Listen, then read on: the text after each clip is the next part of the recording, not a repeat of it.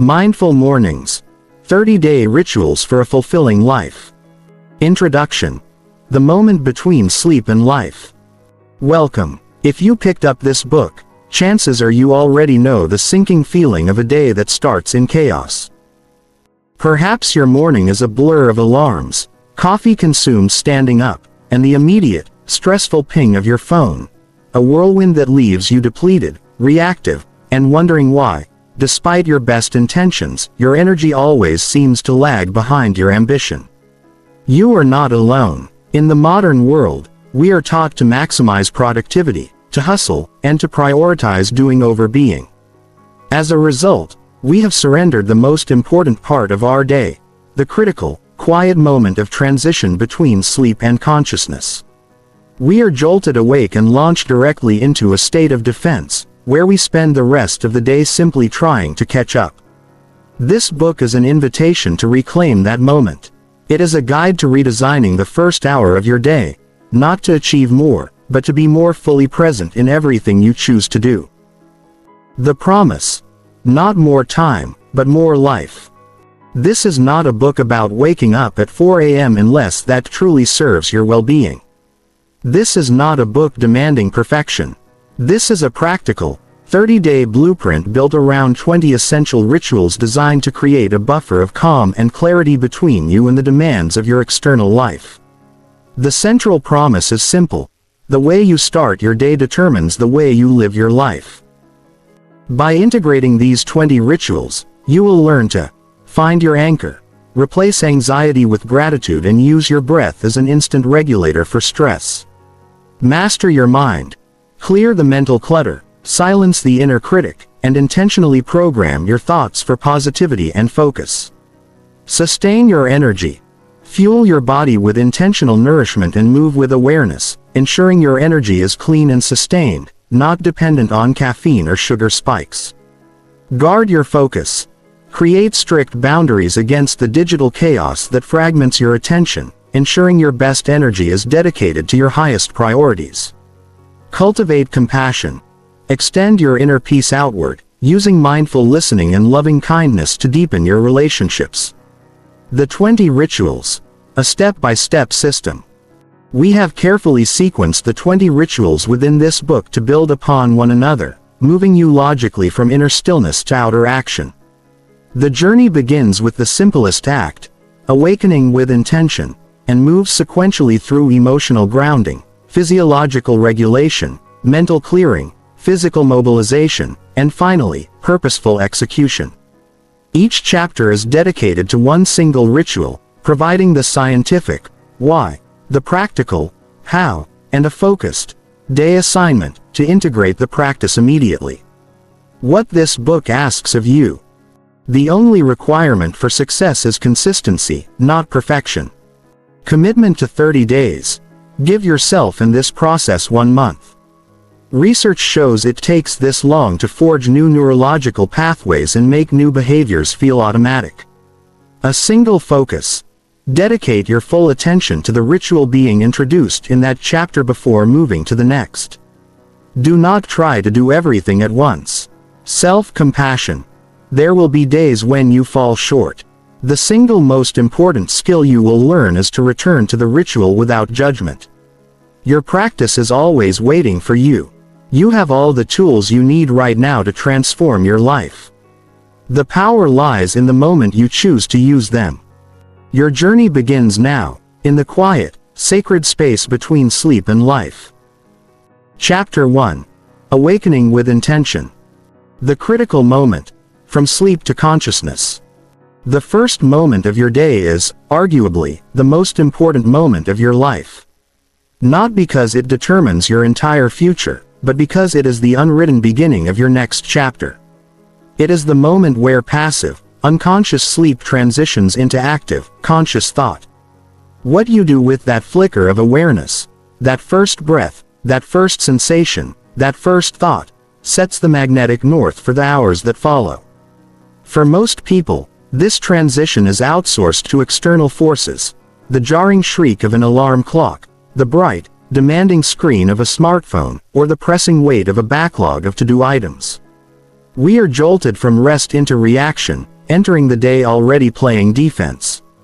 We start in a state of scarcity and obligation, trained to immediately service the needs of others or the demands of our digital lives before we ever attend to our own inner landscape. This chapter is about reclaiming that critical moment. It is about understanding the fundamental difference between simply waking up, a biological process, and awakening with intention, a deliberate act of mindfulness and self-governance. The core of this practice is replacing the habit of reacting to the morning with the ritual of creating the morning. The problem of habitual waking. Before we build a new habit, we must first analyze the old one. Where do most people fail in the first 5 minutes of their day? The digital leash. The number one culprit in sabotaging an intentional morning is the smartphone. When the alarm sounds, the natural inclination is to reach for the device. This seemingly innocent action immediately floods your brain with cortisol, the stress hormone, and dopamine, the reward chemical, hijacking your mental state. Cortisol spike. Checking emails, messages, or news headlines immediately pulls you into external problems and obligations. Your brain interprets this input as immediate threats or demands, triggering a low-grade stress response before your feet even hit the floor. Dopamine drain. Scrolling through social media or other passive content offers tiny, fleeting rewards. This trains your brain to seek easy, external stimulation, making it harder to engage in the more meaningful, but initially less exciting, mindful practices that require sustained attention. By engaging with the digital world first, you effectively surrender control of your mental focus and emotional state. You start the day living in the thoughts, demands, and anxieties of others. The rush reflex. The other common sabotage mechanism is the rush reflex, waking up just in time, or even late, and immediately sprinting into the necessary motions of preparation.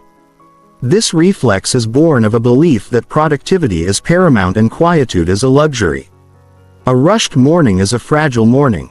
It leaves no buffer for unexpected events, spilled coffee, traffic delays, and ensures that your nervous system starts the day in a state of low-grade anxiety. By the time you sit at your desk or start your first task, your attention span is already fragmented, and your patience is depleted. Intentionality is impossible when survival mode is activated. The practice of intentional awakening. The goal of day one is simple yet profound: to create a sacred, silent gap between waking and doing. This gap is the birthplace of intention. Step 1. Physical setup for success the night before. True intentional awakening begins the evening before. The alarm exile. Your first and most crucial step is removing your smartphone from your bedside table. Purchase a simple, old-fashioned, non-ticking analog alarm clock and place it across the room. This single action is a powerful declaration of autonomy. When the alarm sounds, you are forced to physically rise to silence it, preventing the snooze button paralysis and the immediate digital detour. Create a waking station. Near the clock, set up a small station with the first things you will use. A glass of water for hydration. A notebook and pen for morning pages or journaling. A comfortable chair or mat for meditation, stretching. This station signals to your subconscious what the next steps are, replacing the old, reactive pattern with a new, sequential ritual. Step 2. The 3 breaths, the moment of waking. When the alarm goes off, your mission is to silence it and immediately return to your center. Do not analyze the day, do not think about emails, and do not think about the next step in the ritual. Simply stand, or sit on the side of the bed, and focus on your breath. The first breath, awareness, inhale slowly, feeling the cool air enter your nostrils. Exhale fully, letting your shoulders drop. Acknowledge that you are awake, not just biologically, but consciously. The purpose of this breath is to transition from the dream state to present moment awareness. The second breath, grounding, inhale deeply, allowing your belly to rise. As you exhale, focus on the sensation of your feet on the floor or your body on the mattress. Feel the weight and stability of the ground beneath you. The purpose of this breath is to connect you to your physical body and environment. The third breath, intention, inhale, holding the air momentarily. As you slowly exhale, silently articulate a single word or short phrase that represents how you want to feel today. Examples: presence, calm, energy, focus, joy. This is your tiny, internal declaration of intent. This 3 breaths practice takes less than 60 seconds but establishes sovereignty over your state of mind. You have consciously chosen a feeling state before external reality has had a chance to impose itself. Step 3. Setting the day's North Star, the 1-minute focus. Once you are grounded, the next step is to solidify your intention for the day. This is not a to-do list, it's a commitment to a quality of action. Intention versus goal. A goal is something you achieve, e.g., finish the report. An intention is how you approach the process, e.g., I will approach all tasks today with patient focus. Your intention is about the inner experience, not the outer result. Take 1 minute at your waking station to write down your intention. It should be written in the present tense, as if it is already happening. Today, I operate from a place of deep curiosity and presence. Today, I choose calm over chaos in every interaction. Today, my energy is directed toward creative problem solving. The mere act of articulating this intention aligns your focus. You are not starting the day wondering what to do, you are starting the day knowing who to be. Moving from intention to action. By integrating this process, you effectively create a buffer of mindful stillness before the momentum of the day takes hold. This practice is the gateway to every subsequent ritual in this book. You cannot meditate mindfully, journal honestly, or stretch gently if you have already sprinted into the day mentally and emotionally. The power of awakening with intention lies in its compounding effect. Each morning you choose this deliberate path, you reinforce the neural pathways of self-control, presence, and purpose. Over time, the reactive, panicked morning becomes an antique habit, replaced by a sense of calm, deliberate creation. Day 1 assignment: the bedside swap. Your task for the next 24 hours is to physically set up your morning for success. Acquire an analog clock. If you don't have one, find one tonight. Exile the phone. Move your primary screen-based alarm at least 10 feet away from your bed. The water and notepad. Place a fresh glass of water and a designated notepad and pen at your new, waking station. Practice the 3 breaths. The moment you wake tomorrow, complete the 3 intentional breaths before engaging with anything else. Welcome to your first step toward mindful mornings. The transformation begins now, in the quietest, most powerful moment of your day. Chapter 2. The Power of Early Rising. The Myth of the Alarm Clock. For too many of us, the alarm clock is not a helpful tool but an adversary. It is a symbol of resistance, signaling the end of comfort and the beginning of obligation. Hitting the snooze button, that tiny, fleeting act of rebellion, is often the first decision we make in the day. But this seemingly harmless habit sets a pattern of avoidance and resistance that can color the rest of your hours. To embrace mindful mornings, we must fundamentally redefine our relationship with the time we wake up. Early rising is not a competitive sport, nor is it about sacrificing essential sleep. It is about time arbitrage. Finding a quiet, protected pocket of time when the world is still, and dedicating it solely to self-creation, rather than reaction. This chapter explores why waking up earlier, even just 15 minutes earlier, is the single greatest predictor of success in building a sustainable morning ritual, and how you can make this shift without feeling chronically tired. The biological stress of misalignment, the circadian rhythm. The desire to sleep in is often pitted against the need to be productive. But the real conflict isn't between sleep and work, it's between our modern schedule and our ancient, biological clock, known as the circadian rhythm. Your body operates on a roughly 24-hour cycle, governed by light and darkness, which dictates when you feel sleepy and when you feel alert.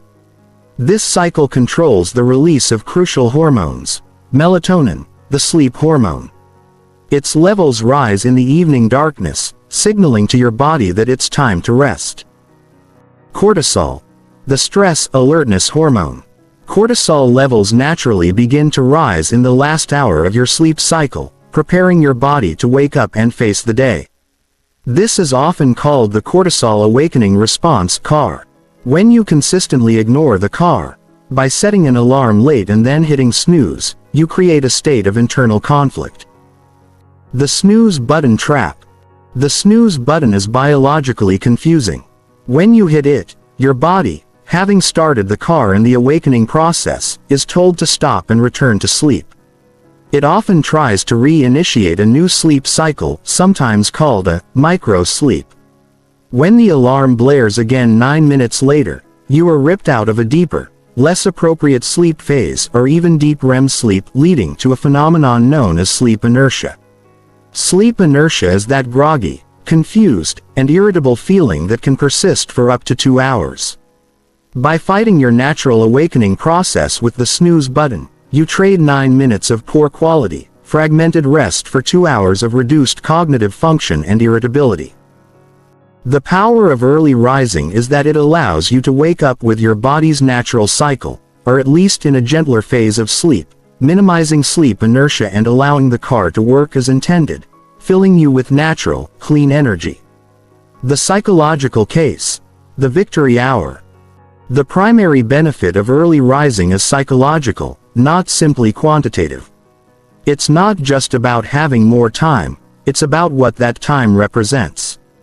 The first hour of the day, before anyone else in your home or network is demanding your attention, is what many mindful practitioners call the victory hour or the sacred hour. This hour is a psychological fortress for several reasons. Uninterrupted flow. When you rise before the digital world, you eliminate the constant pinging, buzzing, and demanding notifications that shatter focus. This protected window of silence is ideal for deep, internal work like meditation, journaling, and planning, the very activities that build clarity and purpose. A feeling of control, starting the day by choosing to do something for yourself, rather than reacting to external pressure, creates an immediate and potent feeling of self-efficacy. This is a small, quiet victory that shifts your emotional landscape from feeling controlled to feeling in control. This momentum carries you throughout the day. Creative isolation. The brain operates differently in the morning. When you first wake up, your brainwaves are often in the alpha state, a relaxed, receptive, and highly creative mode, bridging the gap between conscious and subconscious thought. This makes the morning the perfect time for creative tasks, problem solving, and vision casting. By delaying the intake of news and external data, you allow your own original thoughts to surface. Practical strategy. The 15-minute rule. The mistake most people make when trying to become an early riser is attempting a drastic, unsustainable jump. For example, going from a 7:30 a.m. wake-up to a 5 a.m. wake-up overnight. This shocks the system and inevitably leads to failure and discouragement. The shift must be gradual, gentle, and intentional. We employ the 15-minute rule. Phase 1. The gradual shift. Your goal is to shift your wake-up time by only 15 minutes every 3 to 5 days. Identify your baseline. If you currently wake at 7 a.m., your first goal is 6:45 a.m. Adjust bedtime first. To make a 6:45 a.m. wake-up successful, you must shift your bedtime 15 minutes earlier as well. If you normally go to bed at 11 p.m., start going to bed at 10:45 p.m. You cannot cheat sleep. The 15 minutes of earlier waking must be matched by 15 minutes of earlier sleeping to maintain your sleep hygiene. Hold the new time. Stay at 6:45 a.m. for at least 3 days. Once it feels comfortable and sustainable, meaning you don't feel the pull of the snooze button, you move to the next 15-minute increment, 6:30 a.m. Phase 2. Anchoring the evening routine. Early rising is fundamentally about having a solid evening routine. Your morning starts the night before. To help your body shift its internal clock, you must control the light and mental stimulation in the hours leading up to sleep. The blue light curfew. At least 1 hour before your target bedtime, stop looking at screens that emit blue light: phones, tablets, computers, and bright TVs. Blue light suppresses melatonin production, delaying your sleep onset and confusing your circadian rhythm. Switch to reading a physical book, listening to soft music, or simply talking to a partner. The power down sequence. Create a clear, repetitive sequence of actions before bed. For instance, 1. Teeth brushed. 2. Clothes laid out for the next morning. 3. Lights dimmed. 4. Journaling for 5 minutes. This ritual signals to your brain that the day is ending, making the 15-minute shift in bedtime feel less abrupt. By focusing your attention on the evening shift, you make the morning awakening a consequence of good preparation, rather than an act of sheer willpower.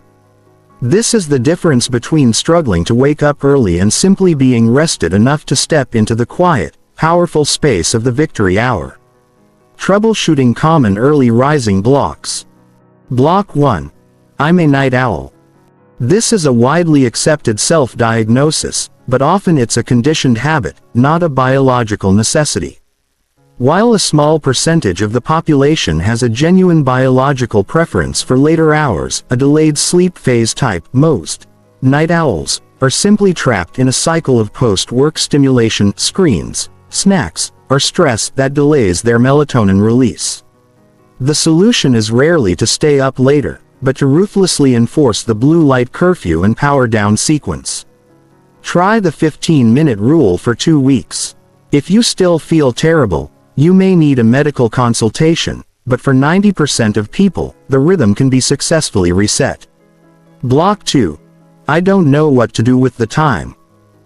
The number one reason early rising fails is a lack of purpose. If you wake up early and just sit there browsing the internet, your brain quickly realizes there is no benefit, and the resistance returns. Your early morning time must be anchored to a meaningful ritual, which is why the practices in this book are sequenced. Use this time for the non-negotiable rituals in this book: breathwork, gratitude, and setting your intention, chapters 3 to 5. The purpose is the practice. Block 3. The weekend backslide. Consistency is everything. Sleeping in by 2 or more hours on the weekend, often called social jet lag, completely undoes the work you've done during the week to set your circadian rhythm. Your body doesn't know it's Saturday, it just knows the internal clock has suddenly shifted. Try to keep your weekend wake-up time within a maximum of 60 to 90 minutes of your weekday time. Use that extra time for a longer, more luxurious version of your mindful morning ritual, not simply for extra sleep. Day 2 assignment. The 15-minute commitment. Your task for the next 3 days is to commit to the first 15-minute shift. Set your new alarm. Set your alarm for 15 minutes earlier than your current time. Enforce the blue light curfew. Turn off all non-essential screens, phone, computer, TV, 1 hour before your adjusted bedtime. Prepare the ritual space. Ensure your waking station, from chapter 1, is ready, complete with your non-negotiable analog alarm clock. Embrace the silence of the early morning. It is a gift of time that you give only to yourself. Chapter 3. Gratitude, your morning anchor. The morning mindset war. If chapter 1 was about claiming the critical moment of waking, and chapter 2 was about claiming the physical time, chapter 3 is about claiming the emotional state. When you first wake up, your mind is often a vacuum, rapidly filling with the first available input. For many, that input is anxiety, worry, or a mental list of all the things that could go wrong or that you must complete. This is the default mode network, DMN, of the brain taking over. It is the network responsible for rumination, self-referential thought, and worry. It's the brain's way of preparing for threats. The practice of morning gratitude is the most powerful counter-program to the DMN. It is a deliberate, conscious intervention that interrupts the spiral of worry and anxiety, replacing it with a sensation of security, abundance, and peace. Gratitude is not merely a polite emotion, It is a mental and emotional anchor that moors your consciousness to the positive reality of your life, preventing the flood of external demands from sweeping you away. The neuroscience of thankfulness. The power of gratitude is scientifically quantifiable. When you intentionally focus on things you appreciate, you are actively remodeling your brain chemistry and structure. 1. The dopamine and serotonin effect. The act of recording or simply dwelling on something you are grateful for triggers the release of two key neurotransmitters. Dopamine. This is the pleasure and reward chemical. When you acknowledge a positive experience, your brain rewards itself, reinforcing the behavior. This creates a positive feedback loop. The more you seek things to be grateful for, the more rewarded you feel, and the more likely you are to engage in the practice again. Serotonin. This mood stabilizer is crucial for feelings of contentment and well-being. Regular gratitude practice is linked to higher baseline levels of serotonin, which helps regulate mood, sleep, and appetite. 2. The prefrontal cortex activation. The focus required for gratitude activates the medial prefrontal cortex, MPFC, the area of the brain associated with learning, decision-making, and moral behavior. Activating the MPFC helps to reduce the activity of the amygdala, the brain's alarm center responsible for fear and stress. In simple terms, consistent gratitude strengthens the part of your brain responsible for calm, rational thought, while simultaneously quieting the part that screams about danger. This is the physiological basis of why gratitude is your anchor. It chemically calms the stress response before the day even begins. The practice. The 5-minute gratitude ritual. Your morning gratitude ritual should be simple, non-negotiable, and brief. Lengthy exercises can turn into a chore, triggering the very resistance you are trying to avoid. Step 1. Physical positioning and grounding. Immediately after your 3 breaths from Chapter 1 and before you engage with any complex task, find your waking station. Sit down. If you have a designated journal, hold it in your hands. This physical act of sitting and holding the journal signals to your mind that it is time for dedicated reflection. Step 2. The 2 categories and the depth principle. Do not simply list generic things, my car, my job. To maximize the neurological benefits, your gratitude must have depth and specificity. We will use 2 categories to achieve this. Category A, the concrete and immediate sensory gratitude. Focus on things you can touch, see, smell, or feel in the present moment. This grounds you in the immediate reality, moving you away from abstract worries. Instead of, I'm grateful for my home. Write, I am grateful for the scent of coffee brewing and the warmth of the flannel blanket around my shoulders. Instead of, I'm grateful for my health. Write, I am grateful for the deep stretch in my lower back and the strength in my legs as I walk to the kitchen. Aim for 3 highly specific sensory items in this category. This forces you to be observant and pulls you firmly into the present. Category B, the abstract and relational, future-proof gratitude. Focus on relational, intellectual, or character-based items. These are things that are independent of your immediate circumstances and provide resilience against future setbacks. Instead of, I'm grateful for my friend. Write, I am grateful for Jane's consistent willingness to challenge my assumptions and help me grow. Focus on the quality of the relationship. Instead of, I'm grateful for a day off. Write, I am grateful for my ability to maintain focused attention during demanding tasks. Focus on a personal strength. Aim for 3 highly specific abstract items. This category builds internal resources and self-worth. Step 3. The why power up. Once you have your 6 specific items, 3 sensory, 3 abstract, quickly review them and choose the one that resonates most strongly. For that single item, write 1 sentence explaining why it matters. Example. Item. The quiet hum of the washing machine. Why? Because that sound represents the stability and order that allows me to pursue my creative work without distraction. Adding the why transforms a simple list into a statement of meaning, multiplying the emotional and neurological impact of the practice. Overcoming resistance. Gratitude on a bad day. The greatest resistance to gratitude occurs on the days when you need it most, the days when you wake up feeling heavy, stressed, or angry. On these days, forced positivity feels fake and counterproductive. When faced with resistance, shift your approach. Go micro. If you cannot be grateful for big things, go for the smallest possible things. Are you grateful that gravity is working? That the ceiling fan is turning? That your heart is beating? The goal is not to feel joyful, but simply to find one verifiable, objective truth that is working in your favor. The relief swap. If gratitude is too difficult, try practicing relief. Instead of, I am grateful for X, try, I am relieved that Y is not happening. Example. I am relieved I don't have a severe toothache right now. Relief is a lower emotional bar, but it still shifts your focus away from what is wrong toward what is simply not wrong. The past or future anchor. If the present is miserable, anchor your gratitude to the past or the future. Past example. I am grateful for the resilience I showed last time I went through a rough patch. Future example. I am grateful for the clarity I know I will have once I solve this problem.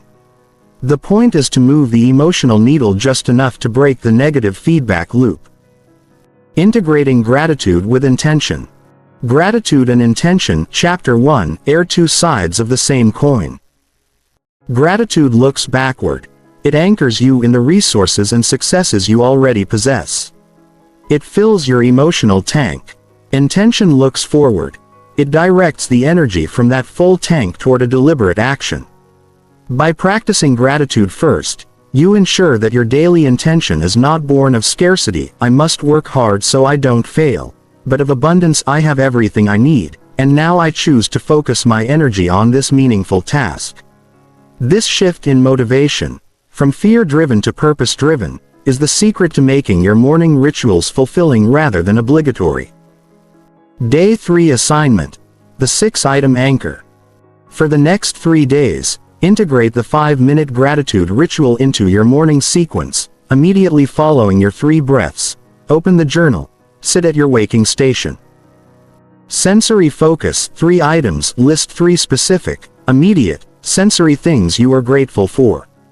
Abstract focus. 3 items. List 3 specific, relational, or character-based items you appreciate. The why. Power up. Choose 1 item and write 1 sentence explaining the depth of your appreciation. Let the feeling of abundance, not the feeling of obligation, be your starting point today. Chapter 4. Breathing into the present moment. The instant anchor. Why the breath is always here. If you lose your focus, you can find your breath. If you feel overwhelmed, you can adjust your breath. If you are uncertain about the future, you can return to your breath. The breath is the most accessible, non-judgmental, and immediate form of mindfulness available to us. Unlike meditation, which can feel abstract, or journaling, which requires tools, the breath is always happening, right here, right now. It is the rhythmic, constant link between the external world and your internal state, and it serves as the ultimate anchor to the present moment. In the sequence of your mindful morning, breathwork follows gratitude because once your mind is filled with a positive emotional state, your body is ready to be physically regulated. Anxiety shortens the breath, stress makes it shallow. By deliberately deepening and slowing your breathing, you are physically signaling to your nervous system that you are safe, secure, and in control. The bridge between mind and body, the autonomic nervous system. To understand the power of mindful breathing, we must look at the autonomic nervous system, ANS. The ANS controls involuntary functions like heart rate, digestion, and, crucially, breathing. It has 2 main branches that act like a car's accelerator and brake pedal. 1. The accelerator. The sympathetic nervous system, SNS. This is your fight or flight response. It is activated by stress, danger, or even the rush of an overscheduled day. When the SNS is in charge, your heart rate increases, blood rushes to your limbs ready to run, and your breath becomes rapid and shallow, often originating only in the chest. In the morning, if you wake up rushed or check your phone immediately, you launch directly into SNS activation. 2. The brake pedal. The parasympathetic nervous system (PNS). This is your rest and digest state. It is responsible for healing, recovery, digestion, and relaxation. The key to activating the PNS is the vagus nerve, a long cranial nerve that runs from the brainstem down to the abdomen, connecting to the heart and digestive organs. The vagus nerve acts as the main line of communication for the PNS. The direct control point. While most ANS functions are involuntary, breathing is unique. It is the only part of the ANS that we can consciously control. By deliberately slowing and deepening your exhale, you stimulate the vagus nerve, effectively pressing the brake pedal and shifting your body from a state of high alert SNS to a state of calm and clarity PNS. This is the scientific mechanism by which a 3-minute breathing exercise can dramatically lower your blood pressure, calm your heart rate, and clear mental fog. The foundation of breathwork: diaphragmatic breathing. Before practicing any specific technique, you must master the mechanics of efficient breathing, known as diaphragmatic breathing or belly breathing. When you are stressed, you breathe from your chest. This is inefficient, providing minimal oxygen and reinforcing the fight or flight signal. The diaphragm is a dome-shaped muscle located at the base of the lungs. When it contracts and moves down, it draws air deep into the lowest, largest, and most oxygen-rich parts of your lungs. The diaphragmatic check. Position. Lie on your back or sit comfortably with a straight spine. Place one hand on your chest and the other just above your navel on your belly. Inhale. Breathe in slowly through your nose. Concentrate on making the hand on your belly rise, while the hand on your chest remains relatively still. Imagine filling your lower torso with air like a balloon. Exhale. Purse your lips slightly and exhale slowly and completely, drawing your navel inward toward your spine. The belly hand should fall, but the chest hand should remain still. Feel the shift. Practice this for 1 minute. The movement should be gentle, not forceful. This simple act retrains your body to use its full capacity for oxygen intake, which is critical for physical and mental energy in the morning. The practice. 3 core morning breath techniques. Once you are comfortable with diaphragmatic breathing, you can integrate 3 powerful techniques into your morning ritual. 1. The calming technique. 4-7-8 breath, the mind anchor. Developed by Dr. Andrew Weil, the 4-7-8 technique is a powerful tool for rapidly reducing anxiety and initiating PNS activation. The extended exhale is the key to stimulating the vagus nerve. Sequence. Exhale. Empty the air from your lungs completely, a soft whoosh sound. Inhale 4 seconds, close your mouth and silently inhale gently through your nose to a count of 4. Hold 7 seconds, hold your breath for a count of 7. Exhale 8 seconds, exhale completely through your mouth, making a distinct whoosh sound, for a count of 8. The power. The 7-second hold saturates your bloodstream with oxygen, and the 8-second exhale, twice as long as the inhale, forces the body into the rest and digest state. Morning integration. Use this technique for 4 full cycles immediately after your gratitude ritual. This is your mental stabilizer before you move on to movement or complex thought. 2. The energizing technique. Gentle wake-up breath. While the 4-7-8 is calming, sometimes the body needs a gentle nudge toward alertness after a deep night's sleep.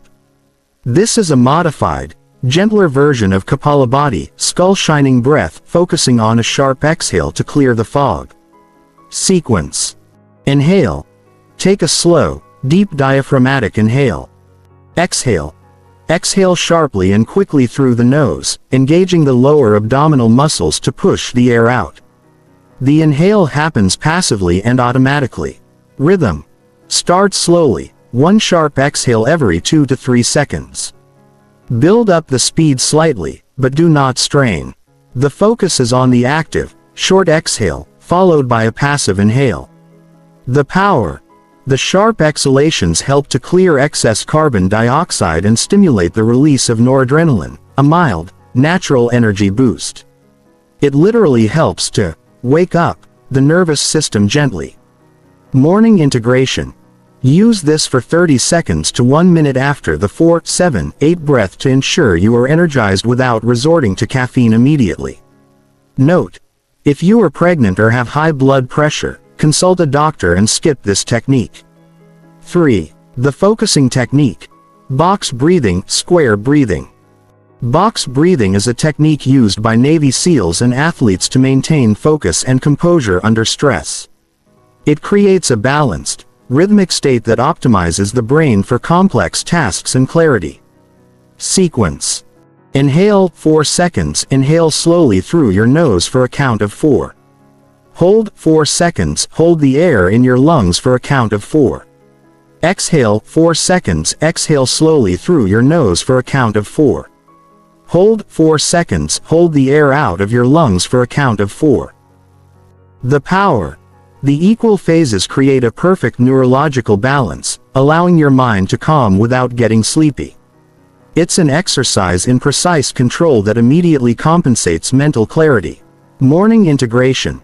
Perform 5 to 8 rounds of box breathing right before your next intentional task, such as Morning Pages Chapter 5 or Setting Daily Intentions Chapter 14.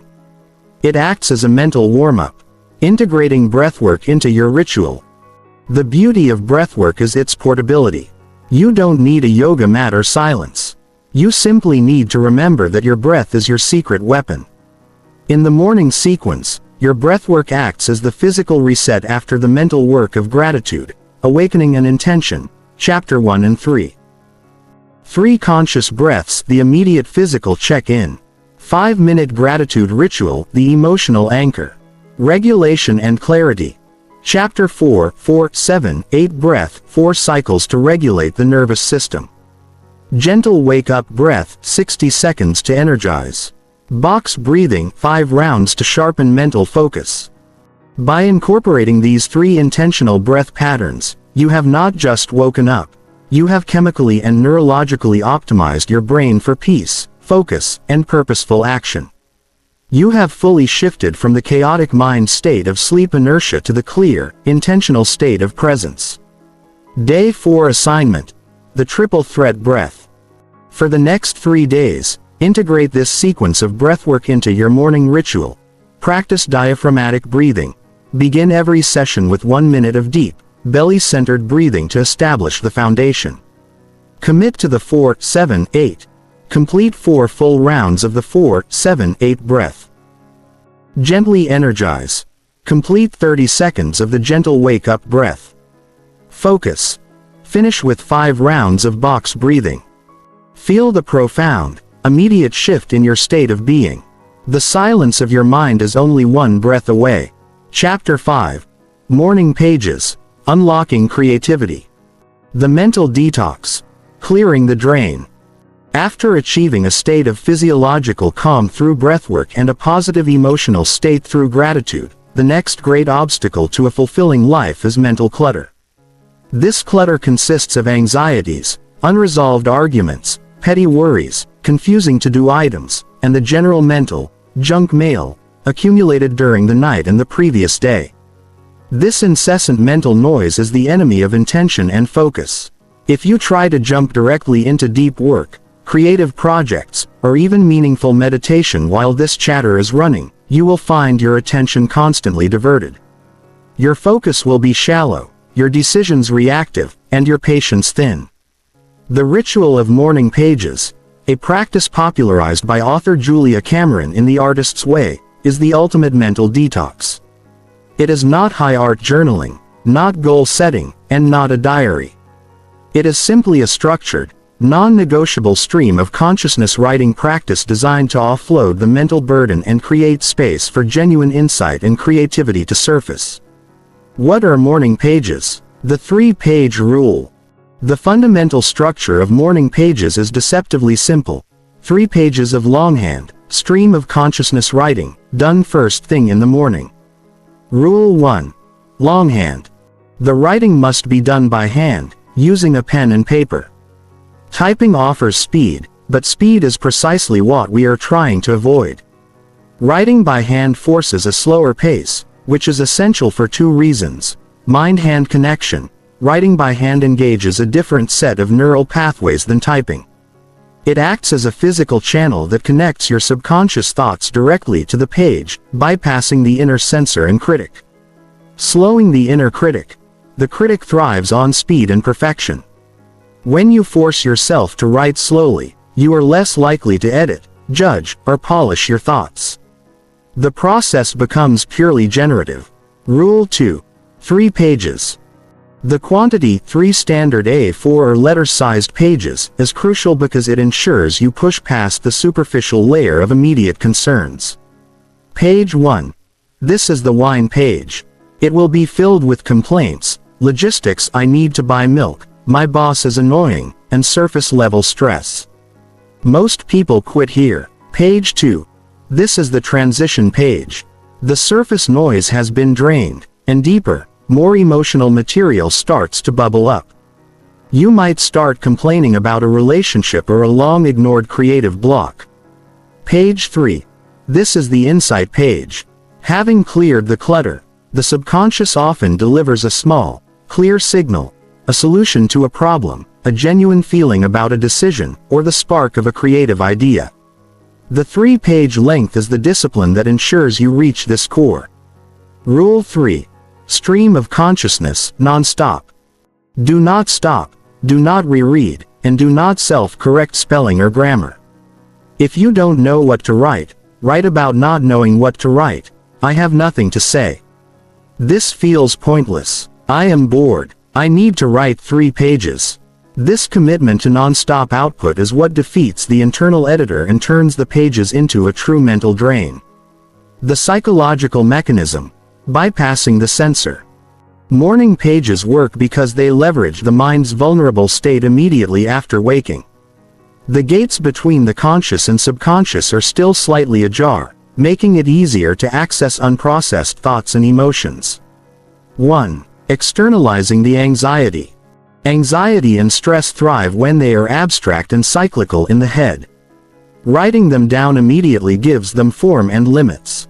When you see your biggest worry scrawled on the page, you realize it is just a sentence, not an existential threat. This process of externalization drastically reduces the emotional charge of negative thoughts. It's like draining sludge from a mental pipe. 2. Identifying the hidden agenda. Often, the conscious mind is distracting itself with minor logistics to avoid confronting a major underlying issue, a toxic relationship, a career misalignment, fear of failure. By systematically eliminating the small complaints on the first 2 pages, morning pages force you to confront the real, often uncomfortable, truth lurking beneath. The pages become a trusted confidant where you can be brutally honest without fear of judgment. 3. Reclaiming attention. Once the mental debris is cleared, your attention is no longer fragmented. It is a focused beam, ready to be directed by your intentional focus. Chapter 1. This is the key to unlocking creativity. Creativity is not about having more ideas, it is about having enough space and clarity to hear the good ideas when they arrive. Integration. Where morning pages fit. Morning pages is the first major intellectual task in the mindful morning ritual. It should be done after the stabilizing and grounding practices. Chapter 1. Awakening with intention. Chapter 2. Early rising ensures you have the time. Chapter 3. Gratitude establishes a baseline of abundance. Chapter 4. Breathwork physiologically calms the body. Chapter 5. Morning pages, the mental decluttering. Timing. This process should take anywhere from 30 to 45 minutes, depending on the size of your handwriting. Since you are up 30 to 45 minutes earlier, Chapter 2, this time is protected and non-negotiable. The morning pages protocol. The 3 rules for success. To maintain the purity of the practice, adhere to these 3 strict rules. Protocol 1. Write to the end, no matter what. Never stop at 2.5 pages. If you must, draw lines, doodle, or write the alphabet until the 3rd page is full. The power is in the commitment to the length, which overrides the self-sabotaging urge to finish early and gets you past the boredom barrier, where the real insights lie. Protocol 2. The pages are sacred, no rereading. Once the pages are written, you must treat them as a sealed document for at least 8 weeks. Do not reread them immediately. Why? Rereading turns it into self-criticism. If you read it right away, you will start judging the content. That was silly, I shouldn't have said that, which brings the inner critic right back into the process. The purpose is release, not analysis. Rereading is a time sink. It sabotages your momentum for the rest of your mindful morning. The magic happens in the writing, not the reading. After 8 weeks, you can look back and often find astounding patterns, solutions, or needs that were emerging from your subconscious without your conscious knowledge. Protocol 3. The pages are not a to-do list. While your to-do items, appointments, and looming tasks will naturally spill onto the page, do not immediately turn them into action items. If a vital task surfaces, you can note it on a separate, dedicated, daily intentions list, chapter 14, but the pages themselves must remain a dump site for pure, unprocessed thought. They are for mental release, not tactical organization. The compound effect: creativity and resilience. Over the course of your 30-day ritual, morning pages offer a profound compound effect on your life. Emotional resilience. They provide a safe, non-judgmental space to process minor emotional turbulence daily. Instead of letting small hurts fester into large resentments, you release them immediately, improving your emotional hygiene. Creative muscle. By consistently showing up for the pages, you train your creative muscle to be ready. You learn to trust that if you simply open the channel, something, a word, a feeling, an idea, will come out. This reduces the fear of the blank page in all areas of your life. Directional clarity. They often reveal your deepest, most hidden desires, fears, and truths. The solution you have been seeking externally is often already written down, waiting to be seen. Morning pages is the discipline of cleaning the slate, every single morning, ensuring that whatever follows, meditation, movement, or work, is done on a fresh, clear canvas. Day 5 assignment. Commit to the 3 pages. Your task for the next 7 days is to commit fully to the 3 rules of morning pages. Preparation. Ensure you have a dedicated, physical notebook, one you enjoy writing in, and a reliable pen ready at your waking station. The commitment. Sit down immediately after your breathwork and write 3 full pages, longhand, without stopping or editing. The sacred seal. Close the notebook and do not reread anything until at least 8 weeks have passed. Embrace the messiness. Trust the process. The gold is often found after the complaining stops. Chapter 6. Mindful movement. Gentle stretching. The transition from thought to action. We have dedicated the first 5 rituals of the mindful morning to mental housekeeping: setting intention, finding time, cultivating gratitude, regulating the nervous system with breath, and clearing mental clutter with morning pages. You have successfully created a clean, calm, and focused mind. But a powerful mind housed in a stiff, sluggish body is only half the equation. The purpose of mindful movement is to create a harmonious link between your newly sharpened mind and your physical form. This is not about a grueling workout or high-intensity training. It is about a gentle, conscious interrogation of the body. The goal is not to punish the body for stiffness, but to lovingly invite it to wake up, increase circulation, and establish a physical presence that supports your mental intentions. Gentle stretching is the perfect bridge because it forces you out of your chair and onto the floor, demanding physical attention, yet it is simple enough to do without needing complex equipment or massive amounts of energy. It is the ritual of embodiment. The physiology of morning stiffness. Why do we feel so stiff when we first wake up? It's not just getting old. it's a matter of chemistry and physics.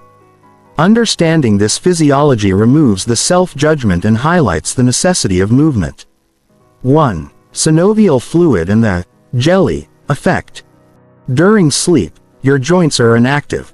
The fluid that lubricates your joints, called synovial fluid, becomes thick and viscous, like cold molasses or jelly, when it's not being moved. This is why the first movements of the day feel difficult and grinding. Gentle movement, especially stretching through a full range of motion, is the pump that warms up and thins the synovial fluid, allowing the joints to move smoothly and painlessly. This initial movement is literally oiling the machinery of your body. 2. Fascia, the connective web. Your entire body is encased in a web of connective tissue called fascia. Think of fascia like the plastic wrap around the muscles, organs, and bones. During prolonged periods of inactivity, like 7 or 8 hours of sleep, the fascial layers can adhere to each other. This adhesion leads to that tight, restricted feeling. Mindful, slow stretching helps to release these adhesions, improving overall mobility and reducing the tension that often translates into headaches, back pain, and poor posture throughout the day. 3. Circulation and oxygenation. Stiffness is exacerbated by sluggish blood flow. When you are still, circulation slows down. Movement, even gentle movement, compresses the muscles, which acts like a sponge, pushing old, deoxygenated blood out and drawing fresh, oxygen-rich blood into the tissues. This burst of oxygen is a physical form of energy that contributes to the clarity achieved through breathwork, Chapter 4, helping to dispel lingering mental fog. The guiding principle: sensation over performance. The key difference between mindful movement and traditional exercise is the emphasis on proprioception, your body's ability to sense its own position, motion, and action. When you lift weights or run, you are focused on performance, speed, reps, and output. In mindful movement, you are focused on sensation. Where do I feel the stretch? What is the quality of the tension? Sharp, dull, pulling, burning? How does the movement change when I align my breath with it? Your primary instruction during this ritual is to move slowly enough that you can truly feel the movement, allowing the experience of the body to become a form of meditation. If you rush, you miss the sensation and risk injury. If you move mindfully, you build an intimate, accurate map of your body's current state, which is invaluable for injury prevention and lifelong physical health. The 10-minute mindful movement sequence. This sequence is designed to move every major joint and stretch the primary areas affected by sleep: shoulders, hips, and spine. It can be done on a yoga mat or a soft rug. 1. The spinal wave. Cat-cow with variation, 2 minutes. Goal: to gently wake up the lumbar and thoracic spine and synchronize movement with breath. How? Start on your hands and knees, tabletop position, with wrists under shoulders and knees under hips. Inhale, cow, arch your back, drop your belly toward the floor, lift your tailbone, and look slightly up. Feel the stretch across the front of your torso. Exhale, cat, round your spine up toward the ceiling like a cat, tuck your tailbone, and let your head relax down. Press firmly into your palms. Mindful variation. Add a gentle side-to-side sway while in the cat position, mimicking a stretching cat. This introduces lateral movement and hits deeper tissue. Breath integration. Use the full, deep diaphragmatic breath, Chapter 4, ensuring the inhale and exhale are equal in length to the movement. 2. The shoulder thaw. Thread the needle, 2 minutes, 1 minute per side. Goal: to release tension in the upper back, shoulders, and neck, which often stiffen from sleeping in a fixed position. How? From the tabletop position, keep your left hand firmly on the floor. Inhale. Extend your right arm straight up toward the ceiling, opening your chest to the right. Exhale. Thread your right arm under your left armpit, palms facing up, and allow your right shoulder and the side of your head to rest on the floor. Your hips should remain relatively high. Hold. Take 3 to 5 slow, deep breaths here. Feel the stretch in the back of the right shoulder blade. Mindful tip: Gently push your left hand into the floor to deepen the rotation in your upper back, but only to the point of a pleasant stretch. 3. The hip unlocker. Figure 4 stretch 2 minutes, 1 minute per side. Goal: to stretch the hip rotators and glutes, areas that tighten from sitting or poor sleeping posture. How? Lie on your back with your knees bent and feet flat on the floor. Cross your right ankle over your left thigh, just above the knee like the number 4. Gently lift your left foot off the floor and thread your hands around the back of your left thigh. Pull your left thigh gently toward your chest. Hold. Use your 4, 7, 8 breath, chapter 4, during the hold. Inhale for 4, hold for 7, exhale for 8. With each 8-second exhale, allow your muscles to soften and let your hips open slightly deeper.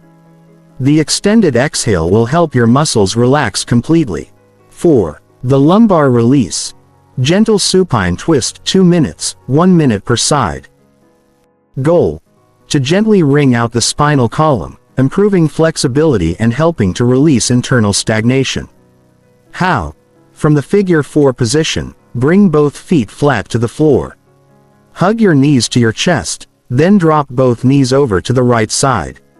Extend your left arm straight out to the side, looking over your left shoulder. Keep both shoulder blades as grounded as possible. Mindful tip: if your top knee doesn't touch the floor, place a pillow or folded blanket under it for support. This is about supporting the body, not forcing it. Focus on the lengthening sensation across your lower back. 5. The grounding finish. Legs up the wall 2 minutes. Goal: to reverse blood flow, drain stagnant lymph, and fully engage the parasympathetic nervous system for total relaxation before transitioning to the rest of the day. How? Move near a wall. Sit with your hip almost touching the wall, swing your legs up so they rest vertically against the wall, and lie back. Your body forms an L shape. Rest your arms comfortably at your sides, palms facing up. Hold. Stay here for 2 minutes, or even longer if time allows. Close your eyes and simply feel the effects of gravity, the lightness in your feet, and the gentle slowing of your heart rate. This is the moment where the movement settles into the body. The integration of body and breath. Your mindful movement ritual is the final, physical seal on your preparation. It ensures that the emotional calm you generated through gratitude and the mental focus you gained through breathwork and journaling are now physically supported. If you skip the movement, the stress and tension held in your shoulders and hips will inevitably feed back into your brain, reintroducing anxiety and mental noise. By moving mindfully, you literally shake the tension loose. By the end of this 10-minute sequence, your body is warm, lubricated, oxygenated, and grounded. You are ready to move into the nourishing practices of hydration and breakfast, which we will cover next, with both physical and mental preparedness. Day 6 assignment: the 10-minute embodiment. For the next 3 days, commit to the 10-minute mindful movement sequence, paying special attention to the sensation over the depth of the stretch. Timing: complete this sequence immediately after finishing your morning pages. Focus: during the stretches, silently narrate the sensation. I feel tension releasing from my left hip, or my spine is lengthening on the exhale. Breath: use the 4, 7, 8 breath during the static holds, like the figure 4 stretch, to deepen relaxation and maximize the PNS activation. You are now intentionally moving from thinking to feeling, from mind to matter. Chapter 7. Hydration. The first sip of the day, the inner desert. Why your body needs water first. The moment you finish your mindful movement, Chapter 6, you have completed the mental, emotional, and physical awakening of your morning ritual. Before introducing any complexity, be it food, digital stimulation, or even caffeine, you must address the most fundamental physiological need: hydration. When you wake up, your body is in a state of natural, prolonged dehydration. Even if you drank water right before bed, 8 hours of breathing, sweating, and metabolic activity have depleted your internal reserves. This is not just thirst, it is a critical imbalance. During sleep, Your body works hard to process waste products, repair cells, and regulate hormones. Without fresh water to act as a solvent and transport medium, these essential processes are sluggish. Starting your day dehydrated immediately sabotages your mental and physical momentum. Dehydration is strongly linked to mental fog. Even mild dehydration can decrease cognitive performance, attention span, and short-term memory. It literally makes your newly cleared mind dull. Physical sluggishness. Water is crucial for circulation and muscle function. Dehydration thickens the blood, making the heart work harder and making the gentle movement you just performed less effective. Toxicity. Water is the delivery system for flushing toxins and waste through the kidneys. Without it, toxins linger, contributing to fatigue and low energy. The ritual of hydration. The first sip of the day is a simple act of profound respect for your body. It is the ritual of rinsing the system and preparing the internal landscape for the nourishment to come. The morning hydration protocol. Warm water. The first drink of the day should always be water. Coffee, tea, and juice are diuretics and often introduce elements that require the body to work: acidity, caffeine, sugar, before it has been properly lubricated. The key protocol for optimal morning hydration is temperature. Warm versus cold water. While any water is better than none, choosing warm or room temperature water is often superior in the morning. Gentle on the system. Cold water can shock the digestive system, causing the blood vessels in the stomach to constrict. Warm water, conversely, is easily assimilated and requires no energy for the body to heat up to core temperature. Aids digestion and elimination.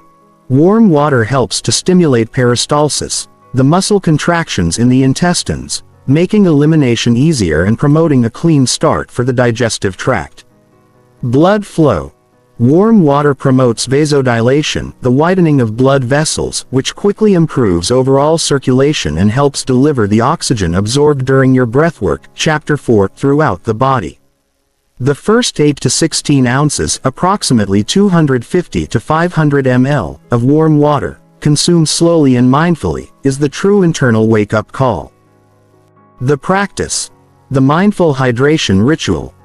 This ritual requires only 3 to 5 minutes and directly follows your mindful movement sequence. 1. Preparation, done at night. Just as you prepared your waking station, Chapter 1, prepare your hydration station. Fill a large glass or bottle with water and leave it on your counter or table, next to a lemon if desired. This removes decision fatigue in the morning. 2. The mindful sip. Do not chug the water. Instead, treat it like a meditative practice. Hold the cup. Before drinking, cup the glass in both hands. Feel the warmth and the weight of the water. Connect this physical sensation to your intention for the day. First sip. Take a small sip and hold it in your mouth for a moment. Notice the temperature, the texture, and the taste. Swallow with awareness. Follow the water as it moves down your throat and into your stomach. This awareness is the true act of mindfulness, noting the sensation of replenishment and release. Slow consumption. Continue drinking, aiming to consume the full glass over 3 to 5 minutes. This slow, steady introduction prevents cramping and allows your body to absorb the water more efficiently. This mindful approach transforms a functional act into a ritual of self-care. It replaces the frantic grab for coffee with a gentle, conscious act of internal lubrication. Enhancing your hydration ritual. While warm water is sufficient, you can amplify the benefits of your first sip with 2 simple additions. 1. The lemon cleanse. Adding the juice of half a fresh lemon to your warm water provides several notable benefits. Vitamin C boost, a small boost to the immune system. Alkalizing effect.